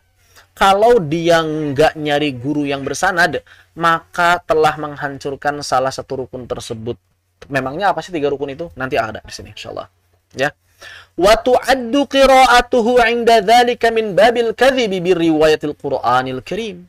Dan kalau si orang ini yang nggak pernah belajar pada guru bersanad ini, kemudian mengajar, meriwayatkan, mengatakan ini benar, ini salah, ini tepat, ini keliru, ini sempurna, ini kurang sempurna. Padahal bersamaan dengan itu, ia tidak pernah bertalaqi. Ia tidak pernah dikoreksi oleh guru yang bersanad. Maka kalau dia benar-benar mengajarkan hanya berdasarkan kitab dan hanya berdasarkan rekaman-rekaman saja, maka apa yang diriwayatkannya itu terhitung sebagai kedustaan terhadap riwayah Al-Quranul Karim. Ini ngeri sekali. Terhitung sebagai orang yang berdusta. Dan orang yang berdusta tidak diterima riwayatnya selamanya. Maka hati-hati. Jangan sampai kemudian kita menjadi bagian dari orang-orang yang kemudian hanya mengandalkan bacaan, hanya mengandalkan rekaman dalam pembelajaran bacaan Al-Quran mereka. Yang mestinya ia harus mencari guru di mana guru tersebut mengoreksinya, dia menyimaknya, guru tersebut menyimak bacaannya, mencontohkan bacaan yang benar. Seperti itulah cara belajar Al-Quran yang benar. Kenapa? Karena sebanyak apapun kitab yang kita baca, kita mungkin bisa paham teori, akan tetapi kitab tersebut tidak akan pernah bisa mengoreksi bacaan kita. Sebagaimana kalau kita mendengarkan banyak rekaman para qari, kita mendengarkan banyak teori-teori di YouTube, di Facebook, dan lain sebagainya, mereka tidak akan pernah bisa mengoreksi kita, kecuali kalau kita yang baca dan guru yang mendengar. Jadi cara belajar Al-Quran itu kita yang baca, guru yang dengar, jangan sebaliknya. Kalau guru yang baca, kita yang dengar, kitanya mungkin bisa mendengar, gurunya bisa mencontohkan bacaan yang baik, kitanya bisa mendengar cara baca yang baik, kita bisa tahu cara baca yang baik, kita bisa memahami cara baca yang baik. Tapi apakah kita sudah bisa mencontohkan cara baca yang baik tersebut? Apakah kita bisa mempraktekkan? Apakah kita sudah bisa mempraktekkan cara baca yang baik tersebut? Kan nggak tahu. Kecuali kalau kitanya baca, gurunya menyimak dan mengoreksi. Baru kita bisa bisa punya gambaran apakah kita benar-benar sudah bisa mempraktekkan atau tidak. Nah, begitu. Inilah pentingnya talaqi dan musyafahah. Jadi apa rukun qiraah yang 3 itu yang katanya dihancurkan salah satunya kalau kita nggak mau talaqi? Maka Al-Imam Ibnul Jazari rahimahullahu ta'ala dalam kitab Thayyibatun Nashr mengatakan, fakullu ma wafaqa wajhan nahwi wa kana lirasmi ihtimalan yahwi wa saha isnadan huwal qur'anu fahadhihi thalathatul arkanu wa haythuma yakhtalu ruknun athbiti syudzudahu law annahu fi sab'ati. Maksudnya bagaimana? Jadi kapan Al-Quran atau bacaan Al-Quran itu diterima dan dianggap dan dinilai sahih? Maka yang pertama adalah apabila sesuai dengan kaidah nahwu. Tidak mungkin ada Al-Quran yang tidak sesuai dengan kaidah nahwu. Kalau ada orang yang menyampaikan lafaz Al-Quran yang berbeda dengan yang biasa kita baca, kemudian bertentangan dengan kaidah nahwu, maka jangan diterima. Yang kedua, syarat atau rukunnya harus sesuai dengan Rasm Utsmani. Walaupun ihtimalan. Apa itu ihtimalan? Bisa dilihat dari salah satu pandangan, walaupun tidak seluruhnya. Nanti akan kita bahas ihtimalan. Dan yang ketiga, ini yang penting, yang berkaitan dengan apa yang disampaikan oleh Syekh Husni Utsman tadi, adalah soha isnadan, sesuai atau sahih sanadnya. Jadi syaratnya lafaz bisa diterima harus sahih sanadnya. Kalau salah satunya hilang, kata Imam Ibnul Jazari, maka tidak disebut Al-Quran. Jadi kalau salah satunya tidak ada, tidak terpenuhi, maka tidak disebut Al-Quran. Ada orang nggak punya sanad, bilang cara baca Al-Quran begini, baca Al-Quran begitu, baca Al-Quran begini, maka tidak diterima. Tidak diterima karena tidak ada sanadnya. Begitu ya. Walaupun ngaku-ngaku sab'ah. Jadi maksudnya sesuai Rasm itu apa? Ihtimalan. Jadi begini. Zaman dulu Al-Quran itu ditulis tanpa titik dan tanpa harokat. Bisa dilihat di layar. Ini surat apa ibu-ibu? Ada yang tahu? An-Nas. Surat An-Nas. Jelas ya, alhamdulillah. Ini bacanya apa? Enggak, yang terakhir di bawah, ini bawah. Yang barusan keluar, yang barusan muncul. Perhatikan yang barusan muncul nih. Nah, itu. Apa bacanya? Maliki. Bisa maliki, bisa malaki, bisa falak, bisa fulk, bisa mulk, ya kan? Artinya satu tulisan bisa dibaca dengan beberapa cara. Nah, itu namanya ihtimalan. Satu tulisan bisa dibaca dengan beberapa cara. Namanya apa? Ihtimalan. Bacanya apa, ibu-ibu? Yang barusan muncul? Nih, yang ini. Ayo, bacanya apa? Fatabayanu. Nah, kalau yang pernah menghadiri daurah kami, ini sudah tahu ini. Fatabayyanu. Atau kalau misalnya ada qiraah lain mengatakan bukan fatabayyanu, akan tetapi fatathabbatu. Bisa dibaca nggak? Ya bisa. Rasmnya sama. Jadi satu rasm bisa dibaca dengan beberapa cara. Ini diterima. Jadi kalau ada bacaan yang memang berasal dari rasm yang sama, diterima. Ya, rasmnya memang begitu. Jadi kita boleh membaca dengan cara tersebut. Tapi syaratnya apa? Syaratnya harus sahih sanadnya. Harus terpenuhi 3 ya tadi. Harus terpenuhi 3. Misalnya kita membaca dengan bacaan yang bacaan Maliki, misalnya gini ya. Misal nih. Misalnya adalah lafadznya Maliki Yaumiddin. Maliki Yaumiddin ya. Kita bahas Maliki Yaumiddin saja. Kita bahas Maliki Yaumiddin. Untuk lebih memahami rukun qiraah shahihah. Untuk lebih memahami rukun qiraah yang sahih. Baik. Malik Yaumiddin. Perhatikan. Dalam riwayah Imam Hafs atau riwayah yang kita baca. Jadi riwayah yang kita baca ini adalah versi bacaannya riwayah Imam Hafs.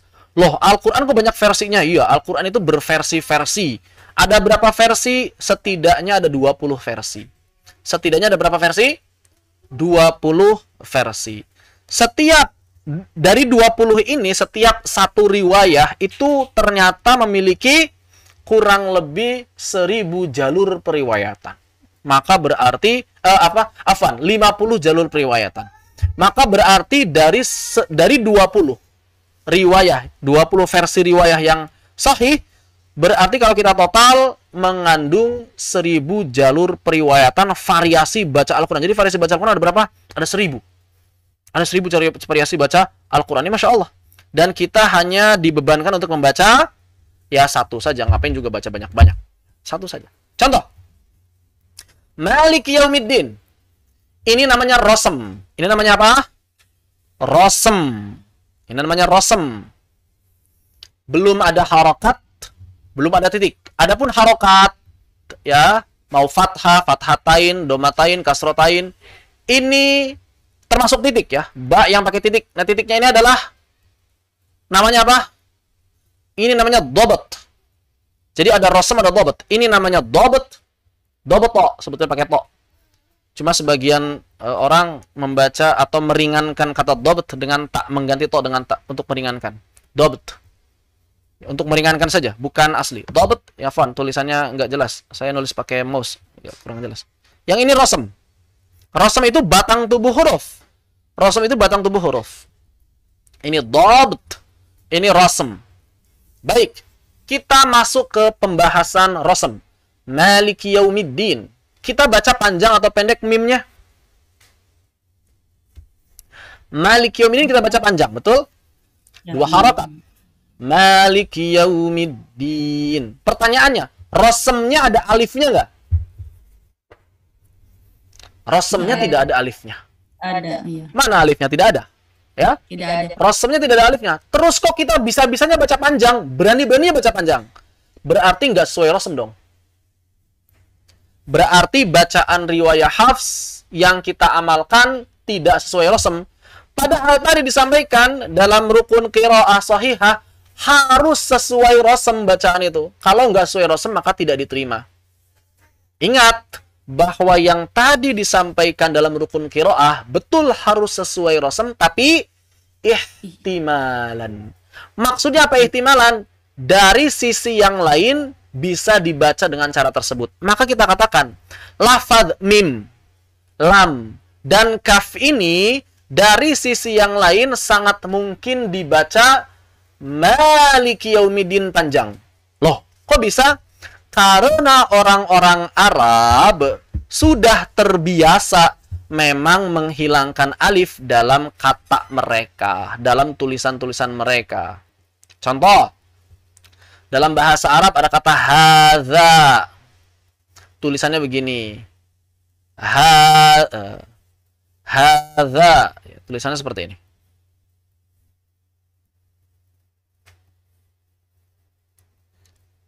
Pen. Hadza, ini titik.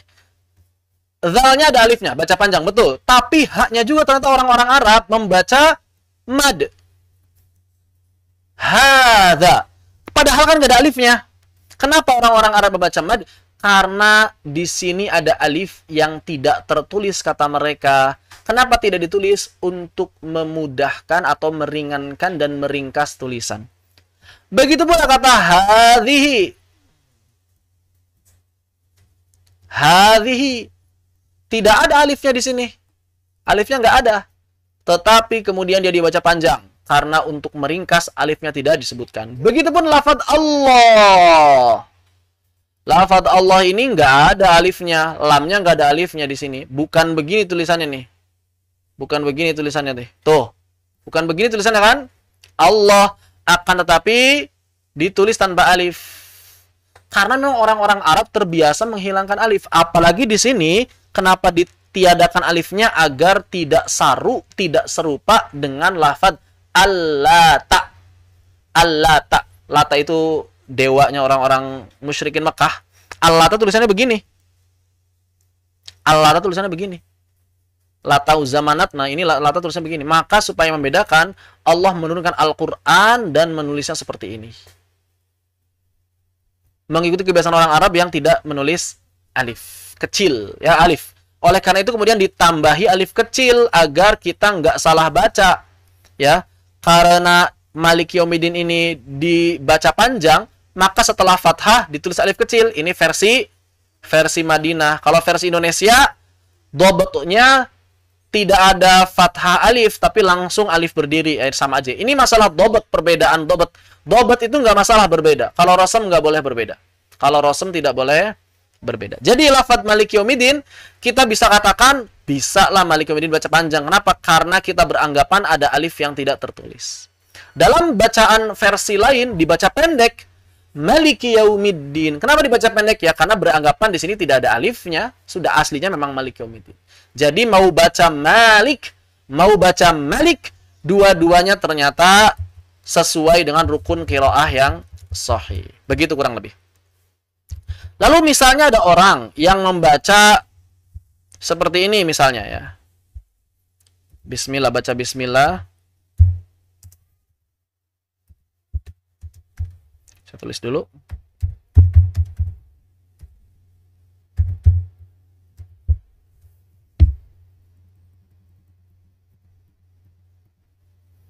Misalnya ada orang yang baca Bismillahirrahmanirrahim.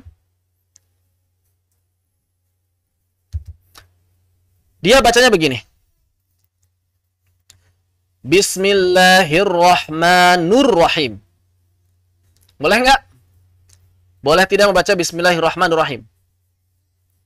Kan rosemnya ya bisa aja. Mau dibaca nu, mau dibaca ni, mau dibaca na, tidak berubah rosem. Berarti bisa lah dibaca itu. Secara rosem bisa dibaca itu. Pertanyaannya, kita timbang dengan rukun qiraah. Yang pertama apa? Nahwu. Yang pertama kaidah nahwu. Sesuai tidak dengan kaidah nahwu dibaca dhammah. Ternyata dalam kaidah nahwu bisa. Oh, bisa dibaca dhammah. Berarti bisa dong. Secara nahwu bisa dibaca dhammah. Secara rosem bisa, karena memang tidak mengubah rosem. Maka dilihat yang tiga, sanadnya ada tidak? Apakah ada sanad yang sahih bahwa Nabi Shallallahu Alaihi Wasallam membaca dengan dhammah atau fathah? Kalau jawabannya iya, maka boleh diamalkan. Kalau jawabannya tidak, maka tidak boleh diamalkan. Akhirnya, kalau kita meneliti sanad yang ada, tidak ada satupun ulama yang meriwayatkan dari Nabi membaca Bismillahirrahmanirrahim. Maka kita tidak boleh membaca Bismillahirrahmanirrahim. Walaupun secara nahwu boleh, maknanya tidak berubah. Walaupun secara rosem tidak berubah, namun karena sanadnya tidak sahih, tidak ada sanadnya, ya, bahkan tidak ada sanadnya ini, maka tidak boleh membaca Bismillahirrahmanirrahim. Kalau sengaja baca itu haram. Ini salah satu contoh yang sanadnya tidak sahih, akan tetapi nahwu dan rosemnya sahih. Kemudian ada lagi contoh yang lain. Surat Al-Lail.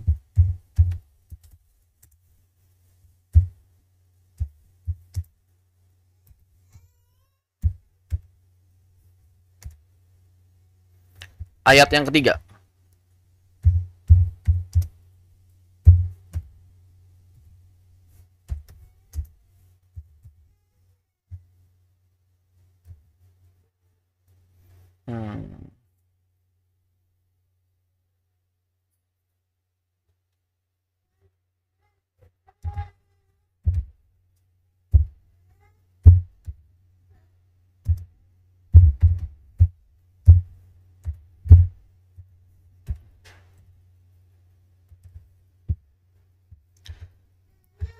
Ayat yang ketiga, dalam kitab hadis, misalnya hadis Sahih Bukhari, hadis Sahih Muslim, ayat ketiga ini Berarti bukan khalaqa. Nggak ada titik ya harusnya ya. Afwan. Saya ubah dulu.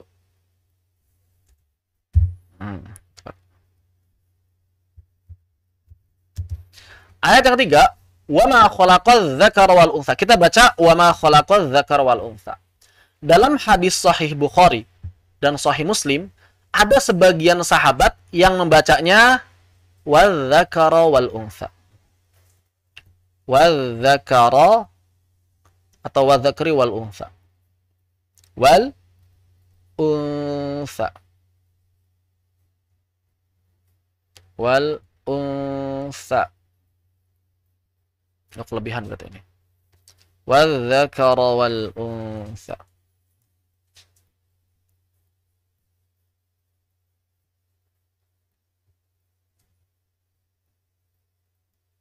Wal untha. Wal dzakara wal untha, ya. Yang namanya Sahih Bukhari ini pasti sahih. Berarti kalau kita timbang secara nahwu susunannya benar atau tidak? Benar. Diterima. Secara sanad dulu kita timbangnya secara sanad. Sahih, Sahih Bukhari, Sahih Muslim, masa tidak sahih? Sahih, sanadnya sahih. Yang ketiga, secara rasm sesuai tidak dengan rasm Utsmani, maka tulisan rasm Utsmaninya begini. Kira-kira nih tulisan begini, bisa nggak dibaca wa dzakara wal untha? Ya nggak bisa. Dari sisi manapun tidak akan pernah bisa tulisan ini dibaca wa dzakara wal untha. Ya. Oleh karena itu riwayah wa dzakara wal untha walaupun sahih tidak boleh dipakai tilawah. Tidak boleh dipakai tilawah. Kenapa? Karena secara rasm tidak diterima. Tapi kan sahih sanadnya, betul sahih. Akan tetapi qiraahnya mansuh. Istilahnya begitu. Secara qiraah dia sudah terhapus, tidak boleh dipakai tilawah. Ini Al-Qur'an. Akan tetapi sudah tidak boleh dipakai tilawah. Ini Al-Qur'an tapi sudah tidak boleh dipakai tilawah. Makanya dia masuknya seperti hadis qudsi, firman Allah akan tetapi tidak masuk ke dalam Al-Qur'an. Jadi nanti posisinya mirip hadis qudsi, seperti itu. Wallahu taala alam. Jadi ini beberapa contoh dari rukun qiraah Al-Qur'an dan juga berbagai contoh mengenai lafaz-lafaz yang tidak mungkin masuk ke dalam Al-Qur'an.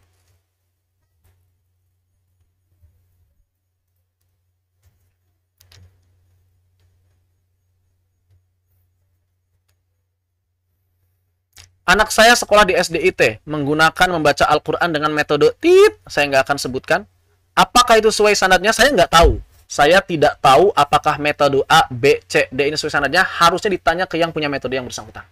Ya, jangan tanya ke saya. Dan saya nggak mau mengomentari metode yang saya tidak berada di dalamnya. Khawatir jadi fitnah. Bagaimana ya Ustadz jika guru Quran tidak belajar sanad dan periwayatan? Yang penting itu punya sanadnya, bukan belajar sanad dan periwayatannya. Yang penting itu punya guru bersanadnya, itu yang penting. Walaupun dia nggak paham sanad, nggak paham riwayat, ya walaupun agak kurang sreg kalau memang nggak paham sanad, nggak paham riwayat. Tapi selama dia punya guru yang bersanad, yang jelas silsilahnya, tidak masalah.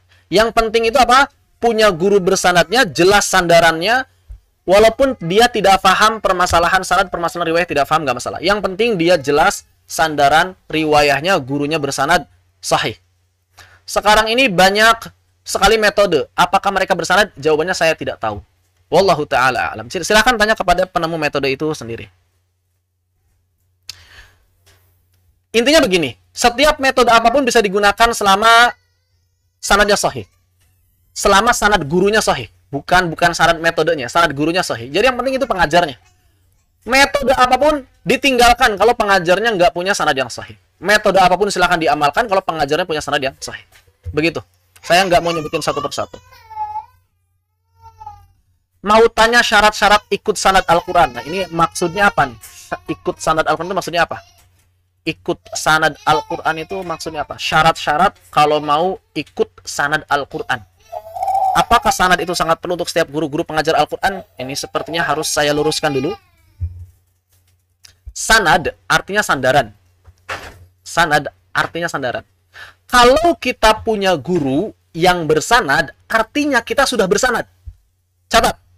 Kalau kita punya guru yang bersanad, artinya kita sudah bersanad. Jadi nggak ada syarat apa-apa. Syaratnya apa? Syaratnya belajar kepada guru yang bersanad. Jadi kalau kita ingin bersanad, syaratnya belajar kepada guru yang bersanad. Ketika kita belajar kepada guru yang bersanad, sanadnya sahih, maka kita pun dinilai sudah bersanad dengan sanad yang sahih. Dipahami?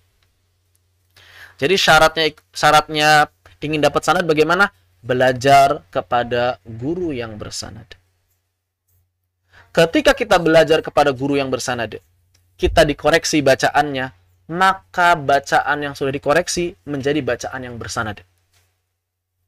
Maka bacaan yang dikoreksi menjadi bacaan bersanad. Berarti kita, orang yang membaca dan akan menyampaikan ke orang lain, bersanad juga. Jadi yang disebut bersanad itu apa? Kita punya guru yang jelas sahih sanadnya. Itu maksudnya. Apakah penting bagi setiap pengajar? Jangankan pengajar, yang bukan pengajar saja wajib nyari guru yang jelas sahih sanadnya. Jangankan pengajar, yang bukan pengajar saja wajib hukumnya mencari guru yang jelas sahih sanad. Tidak boleh nyari guru sembarangan. Begitu. Ya. Ihtimalan itu kaitannya dengan qiraah dari berbagai riwayah. Iya, bisa seperti itu, bisa berbagai riwayah, bisa sebagian riwayah. Apakah kita harus menanyakan ke guru tersebut apakah beliau bersanad? Cara yang terbaik itu bukan nanya ke gurunya, tapi cari informasi gurunya. Kalau personal, cari informasi tentang guru. Makanya wajib bagi kita mencari informasi tentang guru yang kita akan belajar kepadanya. Bisa nanya ke teman-teman kita, bisa nanya ke orang-orang yang seangkatan dengan guru kita. Kalau nanya ke guru yang langsung bagaimana? Boleh tidak? Kalau pertanyaannya boleh atau tidak? Boleh. Tapi kalau pertanyaannya harus atau tidak? Tidak harus. Kalau pertanyaannya boleh atau tidak nanya langsung ke guru tersebut, jawabannya boleh. Tapi kalau pertanyaannya harus atau tidak, maka jawabannya tidak harus. Yang penting itu kita tahu kondisi gurunya, tidak mesti nanya langsung ke gurunya. Apalagi sebagian orang, sebagian guru kadang merasa risih apabila ditanya masalah sanad atau riwayah. Ya, Syekh, antum sanadnya kemana? Itu biasanya risih sebagian guru. Ya, walaupun sebetulnya mestinya para guru, para syekh ini mestinya punya CV. Yang di CV tersebut ditulis tuh jalur-jalur riwayahnya ke siapa aja. Bukan untuk menyombongkan diri, tapi untuk menjaga amanah ilmiah dalam ilmu riwayah. Bukan untuk menyombongkan diri, tapi untuk menjaga amanah ilmiah dalam ilmu riwayah. Karena para ulama zaman dulu, mereka menulis sanad-sanad mereka dalam kitab. Jadi, sebagian besar ulama itu punya kitab yang mereka menulis nama guru-guru mereka.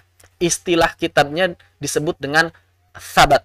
Jadi, kalau ada orang nanya, ada kitab sabat enggak? Nah, berarti itu namanya kitab biografi guru-guru para ulama. Sabatnya siapa? Sabatnya Ibnu Jazari. Oh, berarti itu kitab yang ditulis oleh Ibnu Jazari tentang nama guru-guru beliau dan sanad-sanadnya. Berarti namanya apa? Sabat Ibnu Jazari. Ada sabat Imam Az-Zahabi. Berarti apa sabat Imam Az-Zahabi artinya? Artinya adalah kitab yang ditulis oleh Imam Az-Zahabi tentang biografi guru-gurunya dan juga sanad-sanad periwayatannya. Jadi harusnya seorang guru punya catatan mengenai jalur-jalur riwayah. Sehingga jangan menunggu muridnya nanya, tapi sudah dikasih tahu duluan. Ini periwayatan saya. Kalau kalian menerima riwayah ini, silahkan belajar sama saya. Kalau enggak, ya enggak perlu. Jadi jangan nunggu muridnya nanya. Harusnya begitu. Cuma kan enggak semua guru begitu ya. Lalu bagaimana kalau kita ingin nanya langsung ke guru? Cara nanya terbaiknya seperti apa? Nah, ini supaya tidak sungkan bagaimana. Kalau yang kami lakukan biasanya enggak langsung bertanya, tapi belajar dulu. Kemudian kalau sudah lebih cair ya, sudah lebih dekat, kemudian nanya. Biasanya begini pertanyaannya, Ustaz atau Syekh, bisa tolong ceritakan nggak perjalanan menuntut ilmu antum? Biasanya begitu. Antum dulu belajar ke siapa aja supaya bisa memberi motivasi semangat kepada kami. Ini kan pertanyaan seperti ini biasanya tidak akan membuat risih, ya. Jadi Syekh, tolonglah ceritakan supaya bisa mengikuti jejak antum. Antum belajar sama Syekh ini kayak gimana, Syekh sama ini kayak gimana, pengalamannya bagaimana, sulitnya bagaimana gitu. Terus antum solusinya seperti apa? Itu ceritakan. Biasanya senang juga sebagian Syekh itu kalau menceritakan pengalamannya. Ya.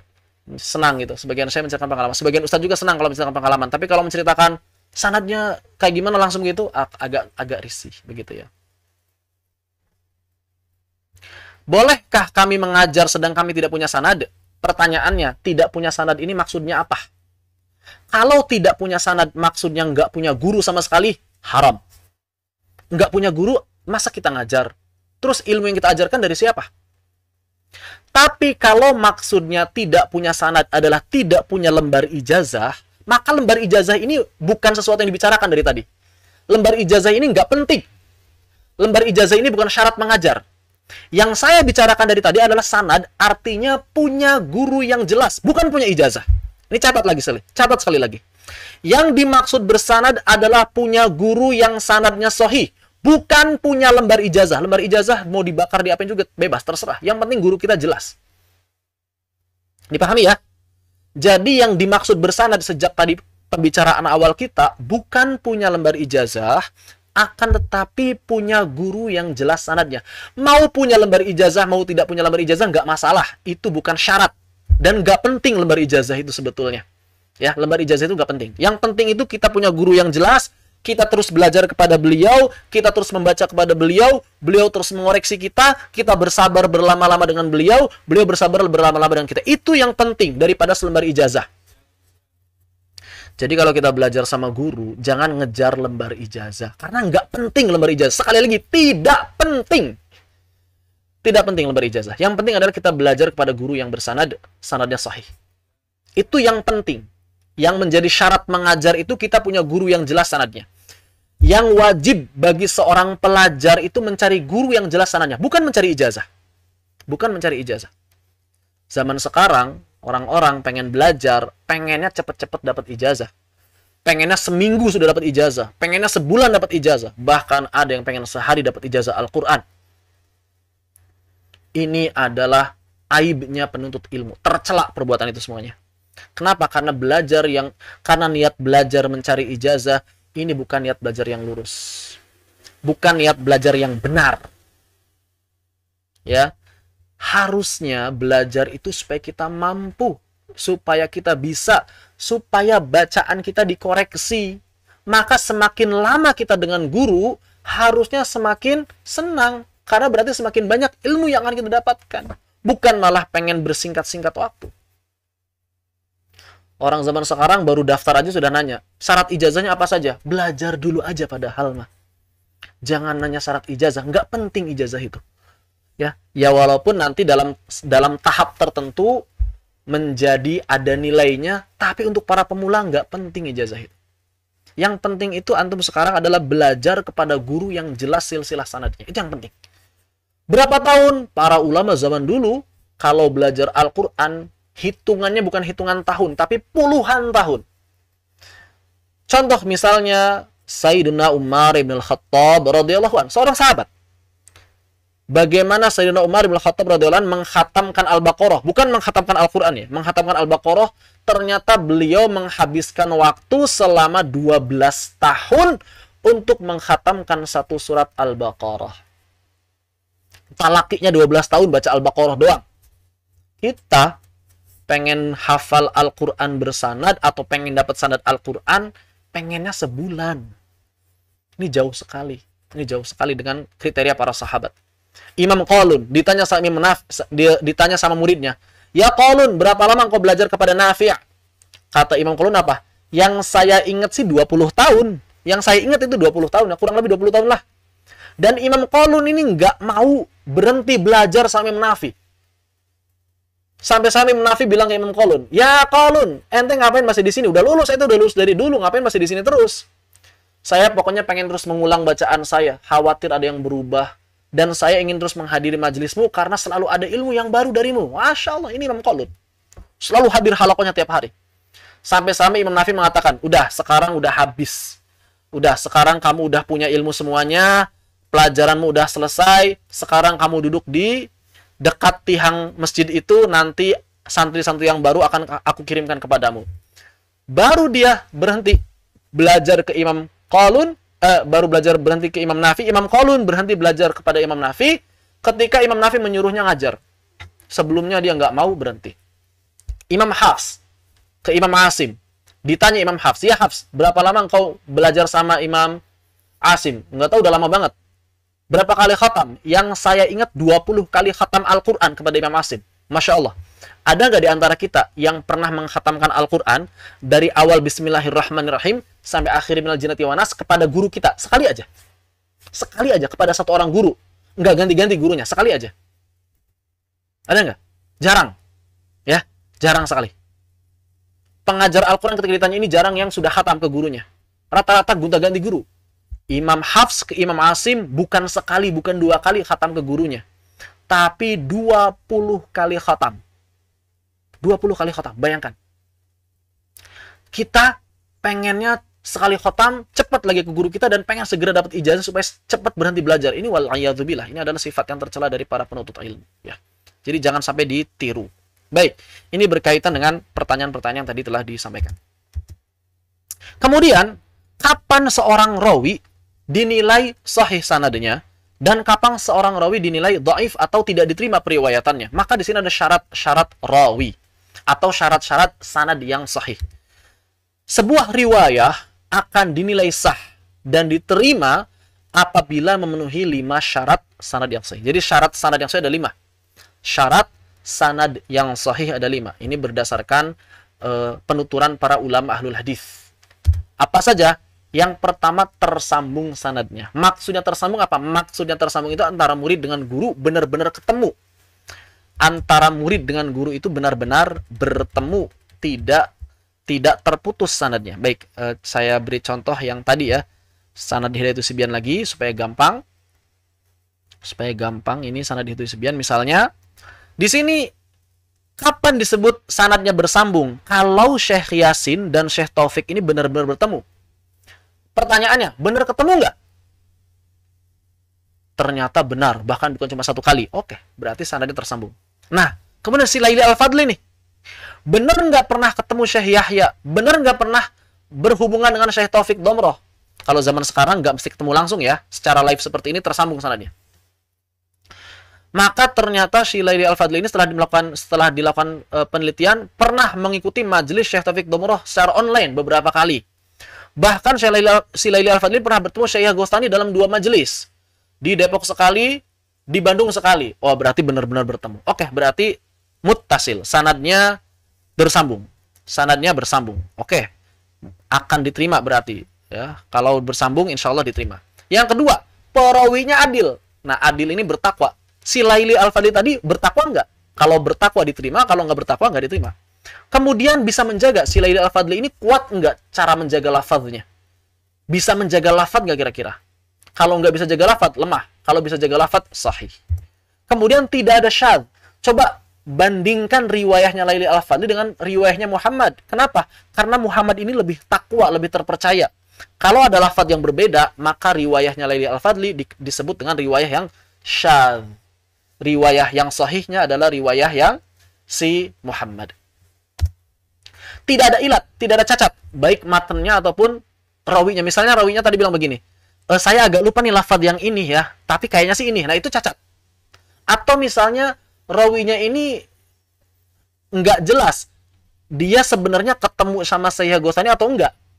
Misalnya dia begini, saya mendengar Syekh Ghostani dari YouTube. YouTube-nya live atau enggak? Nah, ini cacat. Ini cacat, karena nggak jelas.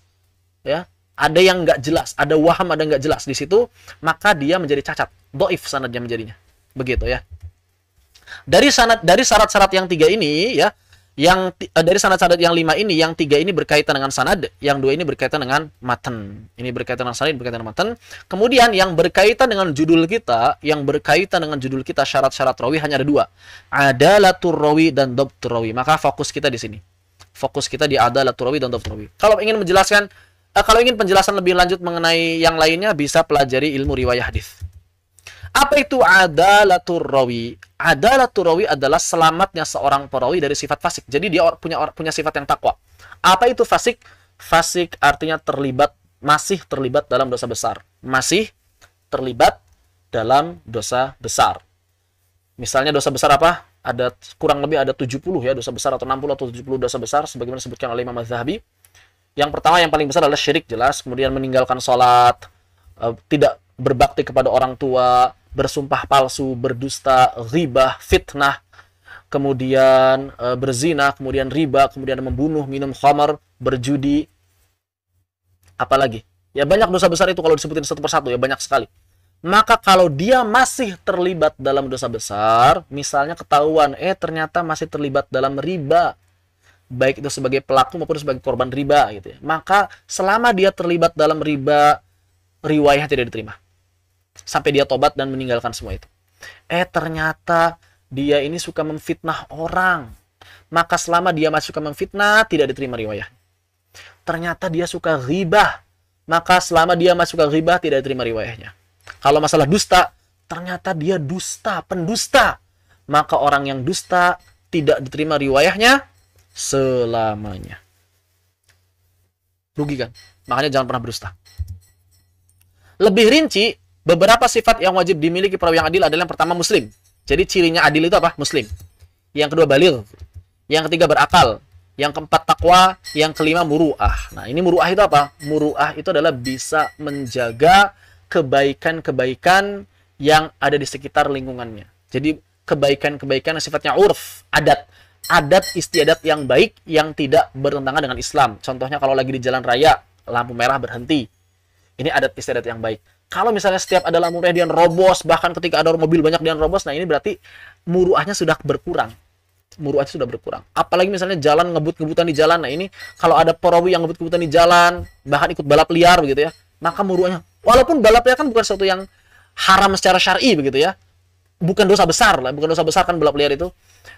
Walaupun memang ya itu sesuatu yang buruk kan, sesuatu yang buruk, tapi nggak dosa besar seperti membunuh kan, beda dosanya begitu. Tetapi dia jatuh kepada hal yang menghilangkan muruah atau menjatuhkan muruah, atau misalnya terjatuh pada yang makruh seperti merokok misalnya. Merokok itu kan makruh ya menurut kebanyakan ulama lah, walaupun bahkan ada sebagian ulama yang mengatakan haram, walaupun ada sebagian ulama mengatakan mubah, tapi kan kebanyakan ulama makruh merokok. Maka kalau dia seorang perokok berat, riwayahnya ini bisa ditolak.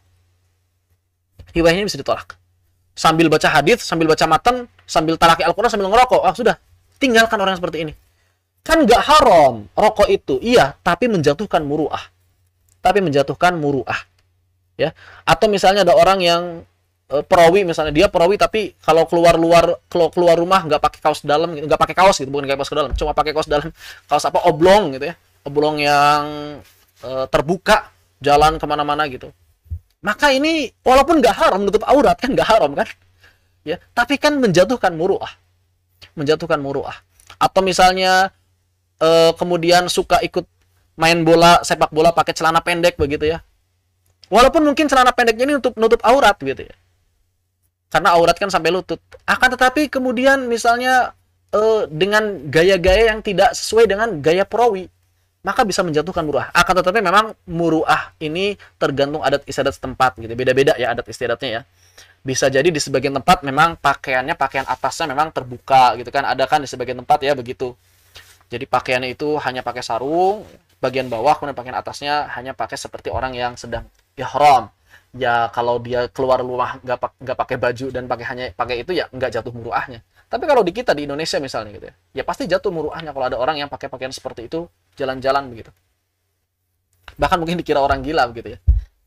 Jadi penting ini 5 poin yang dapat membuat seseorang dinilai sebagai perawi yang adil, perawi yang adalah. Jadi kalau kita sudah menjadi perawi, maka berarti kita wajib menjaga 5 hal ini. Wajib menjaga keislaman kita, wajib menjaga akal kita, kalau balik ya sudah terlewat ya. Wajib menjaga akal kita, wajib menjaga ketakwaan kita, dan wajib menjaga muruah kita. Begitu. Kemudian yang kedua adalah dhabt. Apa itu dhabt? Dhabt di sini bukan tanda baca artinya. Artinya bisa menjaga cara baca atau bisa menjaga bacaan dan lafaz. Kalau tajwid berarti bisa menjaga cara bacanya. Ya bisa menjaga riwayah, baik yang disebabkan oleh kelalaian, lupa atau keraguan. Maka setiap perawi mesti memiliki karakter mampu menghafal dan menjaga setiap periwayatan dengan baik. Kalau bisa dihafal. Apakah boleh tanpa hafalan? Perawi boleh nggak menghafal, yang penting punya teksnya. Dan ia harus bisa mengoreksi apabila ada kekeliruan. Jadi walaupun dia nggak hafal, tapi dia bisa mengoreksi kalau ada kekeliruan. Maka syarat perawi tidak mesti hafal. Walaupun tingkat kesohihan yang hafal lebih tinggi daripada tingkat kesohihan yang tidak hafal, tapi sama-sama sahih. Oleh karena itu, maka ada istilahnya di sini ya, ada istilahnya kalau yang mampu menghafal disebut dengan dobtu sodr. Jadi dobotnya dobot hati. Kalau yang tidak mampu menghafal namanya dobotnya dobot kitab. Dan orang yang nggak hafal ketika meriwayatkan dan ketika mengoreksi harus disertai kitabnya. Jadi nggak boleh tanpa kitab. Kalau yang nggak hafal, misalnya dalam konteks Hidayatus Sibyan, syekhnya kurang hafal Hidayatus Sibyan, maka kalau beliau mau menyampaikan Hidayatus Sibyan harus pegang kitab. Kalau syekhnya nggak pegang kitab, sanadnya dhaif. Ya. Jadi orang yang tidak hafal harus pegang kitab. Kalau orang yang hafal tidak perlu pegang kitab. Dan kitabnya ini harus tidak boleh berubah. Kalau kitabnya diketahui berubah, maka menjadi dhaif juga. Jadi sahih dhaifnya tergantung pada kitab. Kalau yang nomor 2 ini, sahih dhaifnya tergantung pada kitab yang dia pegang. Seperti itu.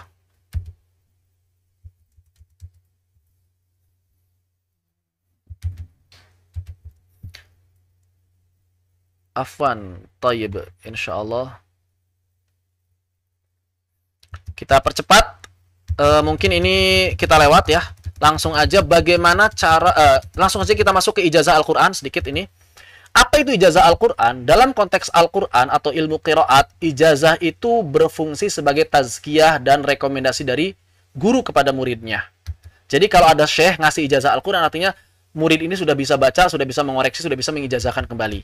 Namun ijazah ini ada dua. Ada ijazah fil qiraah, artinya muridnya sudah bisa baca dengan benar, tapi belum bisa mengijazahkan. Ada yang kedua, ijazah fil qiraah wal iqra. Muridnya ini dianggap sudah bisa membaca dan juga mengoreksi serta memberikan ijazah. Begitu ya. Cara dapat ijazah Al-Quran bagaimana? Yang pertama adalah talqin. Guru membacakan Al-Quran, kemudian muridnya mendengarkan, dan muridnya mengulangi bacaan tersebut, gurunya mengoreksi. Ini cara terbaik, tapi berat. Guru baca dulu, Bismillahirrahmanirrahim. Muridnya ikut baca. Kalau ada keliruan dikoreksi. Berat kayak gitu. Kemudian cara yang kedua, dan ini cara yang banyak, yakni murid membacakan Al-Quran secara sempurna dan guru hanya menyimak dan mengoreksi oleh kekeliruan. Jadi langsung. Udahlah, baca aja. Silakan baca, nanti kalau ada kekeliruan saya koreksi. Nah, ini yang cara yang kedua, yang populer diamalkan sekarang. Apakah ada cara yang lain? Ada. Namanya as-sama'. Ini cara yang diamalkan oleh para sahabat. Guru yang baca, murid yang dengar. Loh kok begitu? Karena zaman dulu murid-muridnya sudah faham kefasihan lisan, sudah faham lahan atau tidak. Para sahabat itu ngomong sehari-hari aja fasih. Jadi ketika Nabi baca, mereka pasti bisa praktek walaupun nggak perlu baca lagi ke Nabi. Nabi nggak perlu mengoreksi lagi. Kenapa? Karena mereka nggak mungkin lahan. Makanya zaman dulu, guru baca ke murid. Masa tabi'in, guru masih baca ke murid. Tapi masa tabi'ut tabi'in dibalik. Murid baca ke guru. Kenapa? Karena masa tabi'ut tabi'in sudah mulai banyak orang yang bisa mendengar dan tahu bacaan yang fasih, tapi nggak bisa mempraktekannya. Maka pada masa tabi'ut tabi'in, sudah mulai dibalik cara setoran Al-Quran, cara mengambil ijazah Al-Quran, murid yang baca ke guru. Selain 3 cara ini, apakah ada cara yang lain? Ada. Yang keempat adalah ujian, al-ikhtibar. Langsung diuji saja. Diuji apa? Bisa jadi hafalannya, tajwidnya, waqaf ibtidanya, variasi qiraatnya. Diuji, misalnya Bismillahirrahmanirrahim. Hukumnya apa saja? Cara bacanya bagaimana? Sifat-sifatnya apa? Misalnya begitu ya. Tapi nggak baca Al-Quran dari awal sampai akhir. Hanya ujian saja. Kemudian yang kedua ada biba'dil Quran. Bacanya cuma Al-Fatihah doang. Atau awal surat Al-Baqarah. Kemudian dikasih ijazah. Ijazahnya ijazah mengajar seluruh Al-Quran. Padahal harusnya kalau bacanya Al-Fatihah, ijazahnya ya ijazah Al-Fatihah. Harusnya begitu. Tapi ada sebagian orang yang bacanya Al-Fatihah dikasih ijazahnya seluruh Al-Quran. Udah nggak perlu baca yang lain. Dari Al-Fatihah saja udah ketahuan. Antum baca, udah bagus. Langsung dikasih ijazah Al-Quran. Atau ada orang baca bergiliran. Yang baca satu halaman terus sampai khatam. Walaupun baca sampai khatam, tapi kan satu orang nggak khatam sebenarnya. Karena cuma baca satu halaman, terputus-putus ya. Itu namanya bit tanawub, baca bergiliran. Bahkan ada cara yang keenam, apa itu? Langsung ngasih ijazah. Gurunya langsung ngasih ijazah, muridnya nggak baca, nggak diuji, nggak baca sebagian, nggak baca seluruhnya. Langsung saja dikasih ijazah. Udah, saya kasih ijazah kamu. Nah, ini bisa 2. Bisa karena gurunya ini sangat bangga kepada orang tersebut, sehingga langsung ngasih ijazah. Atau 2, gurunya ini sangat benci kepada orang tersebut. Udahlah, ente jangan belajar sama saya. Kalau cuma pengen ijazah, ini ijazah. Ada 2 keadaan. Ya. Baik, pertanyaannya. Apakah yang 4, 5, 6 tadi sahih? Para ulama qiraat berbeda pendapat mengenai ijazah yang 3 terakhir. Nomor 4, 5, 6. Ya.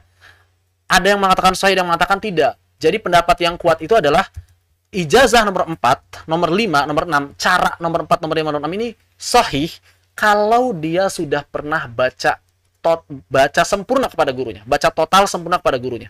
Kalau dia belum pernah baca secara sempurna kepada gurunya, maka ijazah nomor 4, ijazah nomor 5, ijazah nomor 6 itu tidak sahih. Itu tidak sahih, ya. Baik. Ini pertanyaan tadi nih. Apakah seorang pengajar wajib bersanad? Apabila yang dimaksud bersanad adalah memiliki guru yang jelas jalur periwayatannya, maka wajib. Bahkan setiap pelajar harus berusaha mendapatkan guru tersebut, ya. Adapun sanad otomatis tersambung apabila seorang telah mendengar dari syekhnya atau membaca kepada syekhnya, otomatis tersambung. Artinya, seseorang yang memiliki guru yang jelas, maka ia hakikatnya telah bersanad. Tapi kalau yang dimaksud adalah ijazah, maka ijazah bukanlah syarat untuk mengajar. Bahkan Nabi menyampaikan, balighu anni walau ayah. Ini ijazah dari Nabi. Yang penting itu kita paham kapasitas kita. Sampai level mana kita bisa mengajar. Tidak menyembunyikan ilmu, tapi juga nggak memaksakan diri. Kita benar-benar tahu level saya ngajar level yang ini. Bukan level yang A, bukan level yang B, tapi level yang C misalnya begitu. Yang penting sadar diri. Begitu. Ini kemudian ya. Kemudian di antara adab-adab orang yang telah mendapatkan ijazah, ini bisa dibaca sendiri lah ya. Karena waktu kita sudah habis. Sambil baca sendiri mungkin apabila ada yang masih ditanyakan itu kalau diizinkan panitia masih ada pertanyaan atau enggak, tapi karena waktu kita habis jadi yang lain mungkin bisa dibaca sendiri karena tidak terlalu dakik lah, tidak terlalu terperinci insyaallah penjelasannya. Adapun masalah-masalah yang terperinci itu sudah disampaikan, poin-poin pentingnya mudah-mudahan bisa bermanfaat dan juga bisa mendapatkan keberkahan dari pertemuan kita. Namun saya serahkan dulu ke panitia nih. Masih ada pertanyaan atau enggak? Dipersilakan. Ya, jazakallahu khairan katsiran Ustaz. Wajazakallahu khairan barakallahu fikum. Ibu-ibu tambah pusing atau gimana nih setelah memperke Ustaz? Karena ini kan maksudnya ada yang baru mendengar kata sana dan periwayatan ya. Jadi yang saya simpulkan sih di sini bahwa kenapa belajar Al-Quran itu karena memang tidak boleh sendiri ya. Jadi memang harus punya guru. Dan makanya penting sekali talaki dan musyafahah ini. Mudah-mudahan memang waktu yang ada ini tidak akan cukup kita untuk membahas Al-Quran ini ya. Karena Al-Quran ini ilmu yang luas sekali. Tidak akan cukup kita untuk membahasnya dengan waktu yang sesingkat ini. Mungkin ini ada 2 pertanyaan belum dijawab ya Ustazah. Tanggung ada 2 pertanyaan. Ustaz. Ya, baik ya. Yang pertama, apa bedanya sanad diroyah dengan riwayah? Nah, ini pertanyaannya keliru. Kenapa? Karena tidak ada istilah sanad diroyah. Tadi di awal sudah disampaikan, sanad itu ilmu riwayah. Penelitian tentang sanad itu masuknya dalam ilmu riwayah. Dalam ilmu diroyah itu nggak ada sanad, nggak ada istilah sanad. Ilmu diroyah itu adalah ijtihad. Jadi yang namanya sanad itu adalah yang namanya sanad itu adalah jalur periwayatan. Jalur periwayatan. Jalur riwayah. Kalau jalur diroyah ada sanadnya nggak ada. Jalur diroyah itu didapatkan melalui mutola'ah. Melalui pendalaman ilmu. Bukan dengan menelusuri sanad. Maka dari itu, orang yang satu guru belum tentu pemahamannya sama. Belum tentu secara diroyah sama. Kenapa? Karena walaupun sanadnya gurunya sama, tapi bisa jadi yang satu mah rajin mutolaah, rajin meneliti, yang satu nggak rajin meneliti, pasti pemahamannya beda. Jadi diroyah itu penelitian pribadi. Diroyah itu penelitian pribadi, ya, seperti itu. Tapi ada kaidah-kaidah umumnya, jangan sampai penelitian pribadi ini keluar dari kaidah umum. Di mana bisa didapatkan kaidah-kaidah tersebut? Di kitab-kitab para ulama terdahulu. Maka dari itu kita harus rajin meneliti kitab-kitab para ulama terdahulu kalau ingin diroyahnya bagus. Kalau masalah sanad itu ilmu riwayah ya, nggak ada kaitan. Jadi istilah sanad diroyah ini istilah yang nggak jelas apa maksudnya. Dan memang dipopulerkan oleh sebagian orang yang jahil, orang yang nggak paham sanad. Begitu. Kemudian pertanyaan kedua ini, apakah orang yang cadel boleh mengajarkan Al-Quran? Boleh, kecuali huruf ro. Begitu. Kalau cadel ro, boleh mengajarkan seluruh Al-Quran, kecuali huruf ro. Maka ketika dia mengajar, dia harus mengatakan kepada murid-muridnya, ro saya cadel, jangan ditiru. Tapi untuk yang lainnya silahkan kalau tidak ada masalah. Kalau cadelnya banyak huruf, ya ditahan, jangan ngajar dulu. Kalau cadelnya banyak. Kalau hanya cadelnya huruf ro, boleh mengajarkan pada yang lain, tapi dia harus memberitahu pada yang lain, jangan sampai meniru huruf ro-nya. Seperti itu ya. Ini penting. Kemudian, kalau cadelnya ini benar-benar mengubah dari satu huruf ke huruf yang lain, maka dia tidak boleh jadi imam. Karena mengubah makna. Tapi, walaupun dia tidak boleh jadi imam, dia kalau sholat sendiri sah. Tidak masalah dan tidak berdosa, tidak akan mendapatkan hukuman walaupun dia cadel mengubah makna. Misalnya ada orang baca Bismillahirrahmanirrahim, begitu misalnya. Orang yang seperti ini adalah orang yang cadel alamiah, maka dia sholatnya sah. Tidak mendapat dosa walaupun mengubah ra menjadi lam, akan tetapi tidak boleh menjadi imam. Kenapa? Karena syaratnya imam harus bisa membaca Al-Fatihah dengan benar tanpa mengubah makna. Begitu. Wallahu ta'ala a'lam, mudah-mudahan dipahami dengan baik. Ya, syukron Ustadz. Mungkin bisa disimpulkan seperti ini Ustadz. Ketika saya misalkan belajar ke Ustadz, Ustadz mencontohkan bacaan, berarti itu contohnya Ustadz sudah meriwayatkan kepada saya. Betul sekali. Misalnya, misal begini, saya baca nih, Bismillahirrahmanirrahim. Ini saya sudah meriwayatkan lafaz Bismillahirrahmanirrahim. Maka yang mendengar sebetulnya sudah bersanad semuanya. Bersanad tentang apa? Bismillahirrahmanirrahim. Tapi belum punya ijazah. Kenapa? Karena belum dicek satu-satu. Begitu ya. Tapi secara bersanad sudah bersanad semuanya. Begitu. Makanya mudah bersanad itu. Ya, ibu-ibu ya. Begitu maksudnya mungkin ibu-ibu ada yang belum paham gimana. Jadi ketika saya belajar kepada Ustadz mencontohkan, terus saya mengikuti. Jadi Ustadz sudah meriwayatkan bacaannya kepada saya, dan saya sudah bersandar kepada Ustadz bacaannya. Jadi ibu-ibu mungkin itu bisa membuka ya, ibu-ibu ya. Ketika Ustadzah mengajarkan kepada murid-murid yang lain, maka Ustadzah sedang meriwayatkan. Iya, seperti itu ya, maksudnya ibu-ibu. Cuman dalam segi ijazahnya memang misalkan belum punya gitu ya. Karena memang kan kalau sudah ijazah itu harus sudah sampai skor 30 juz, jadi nggak bisa sembarangan ya. Jadi ibu-ibu yang masih di awang-awang tadi bagaimana, mudah-mudahan ini bisa membuka ya ibu-ibu.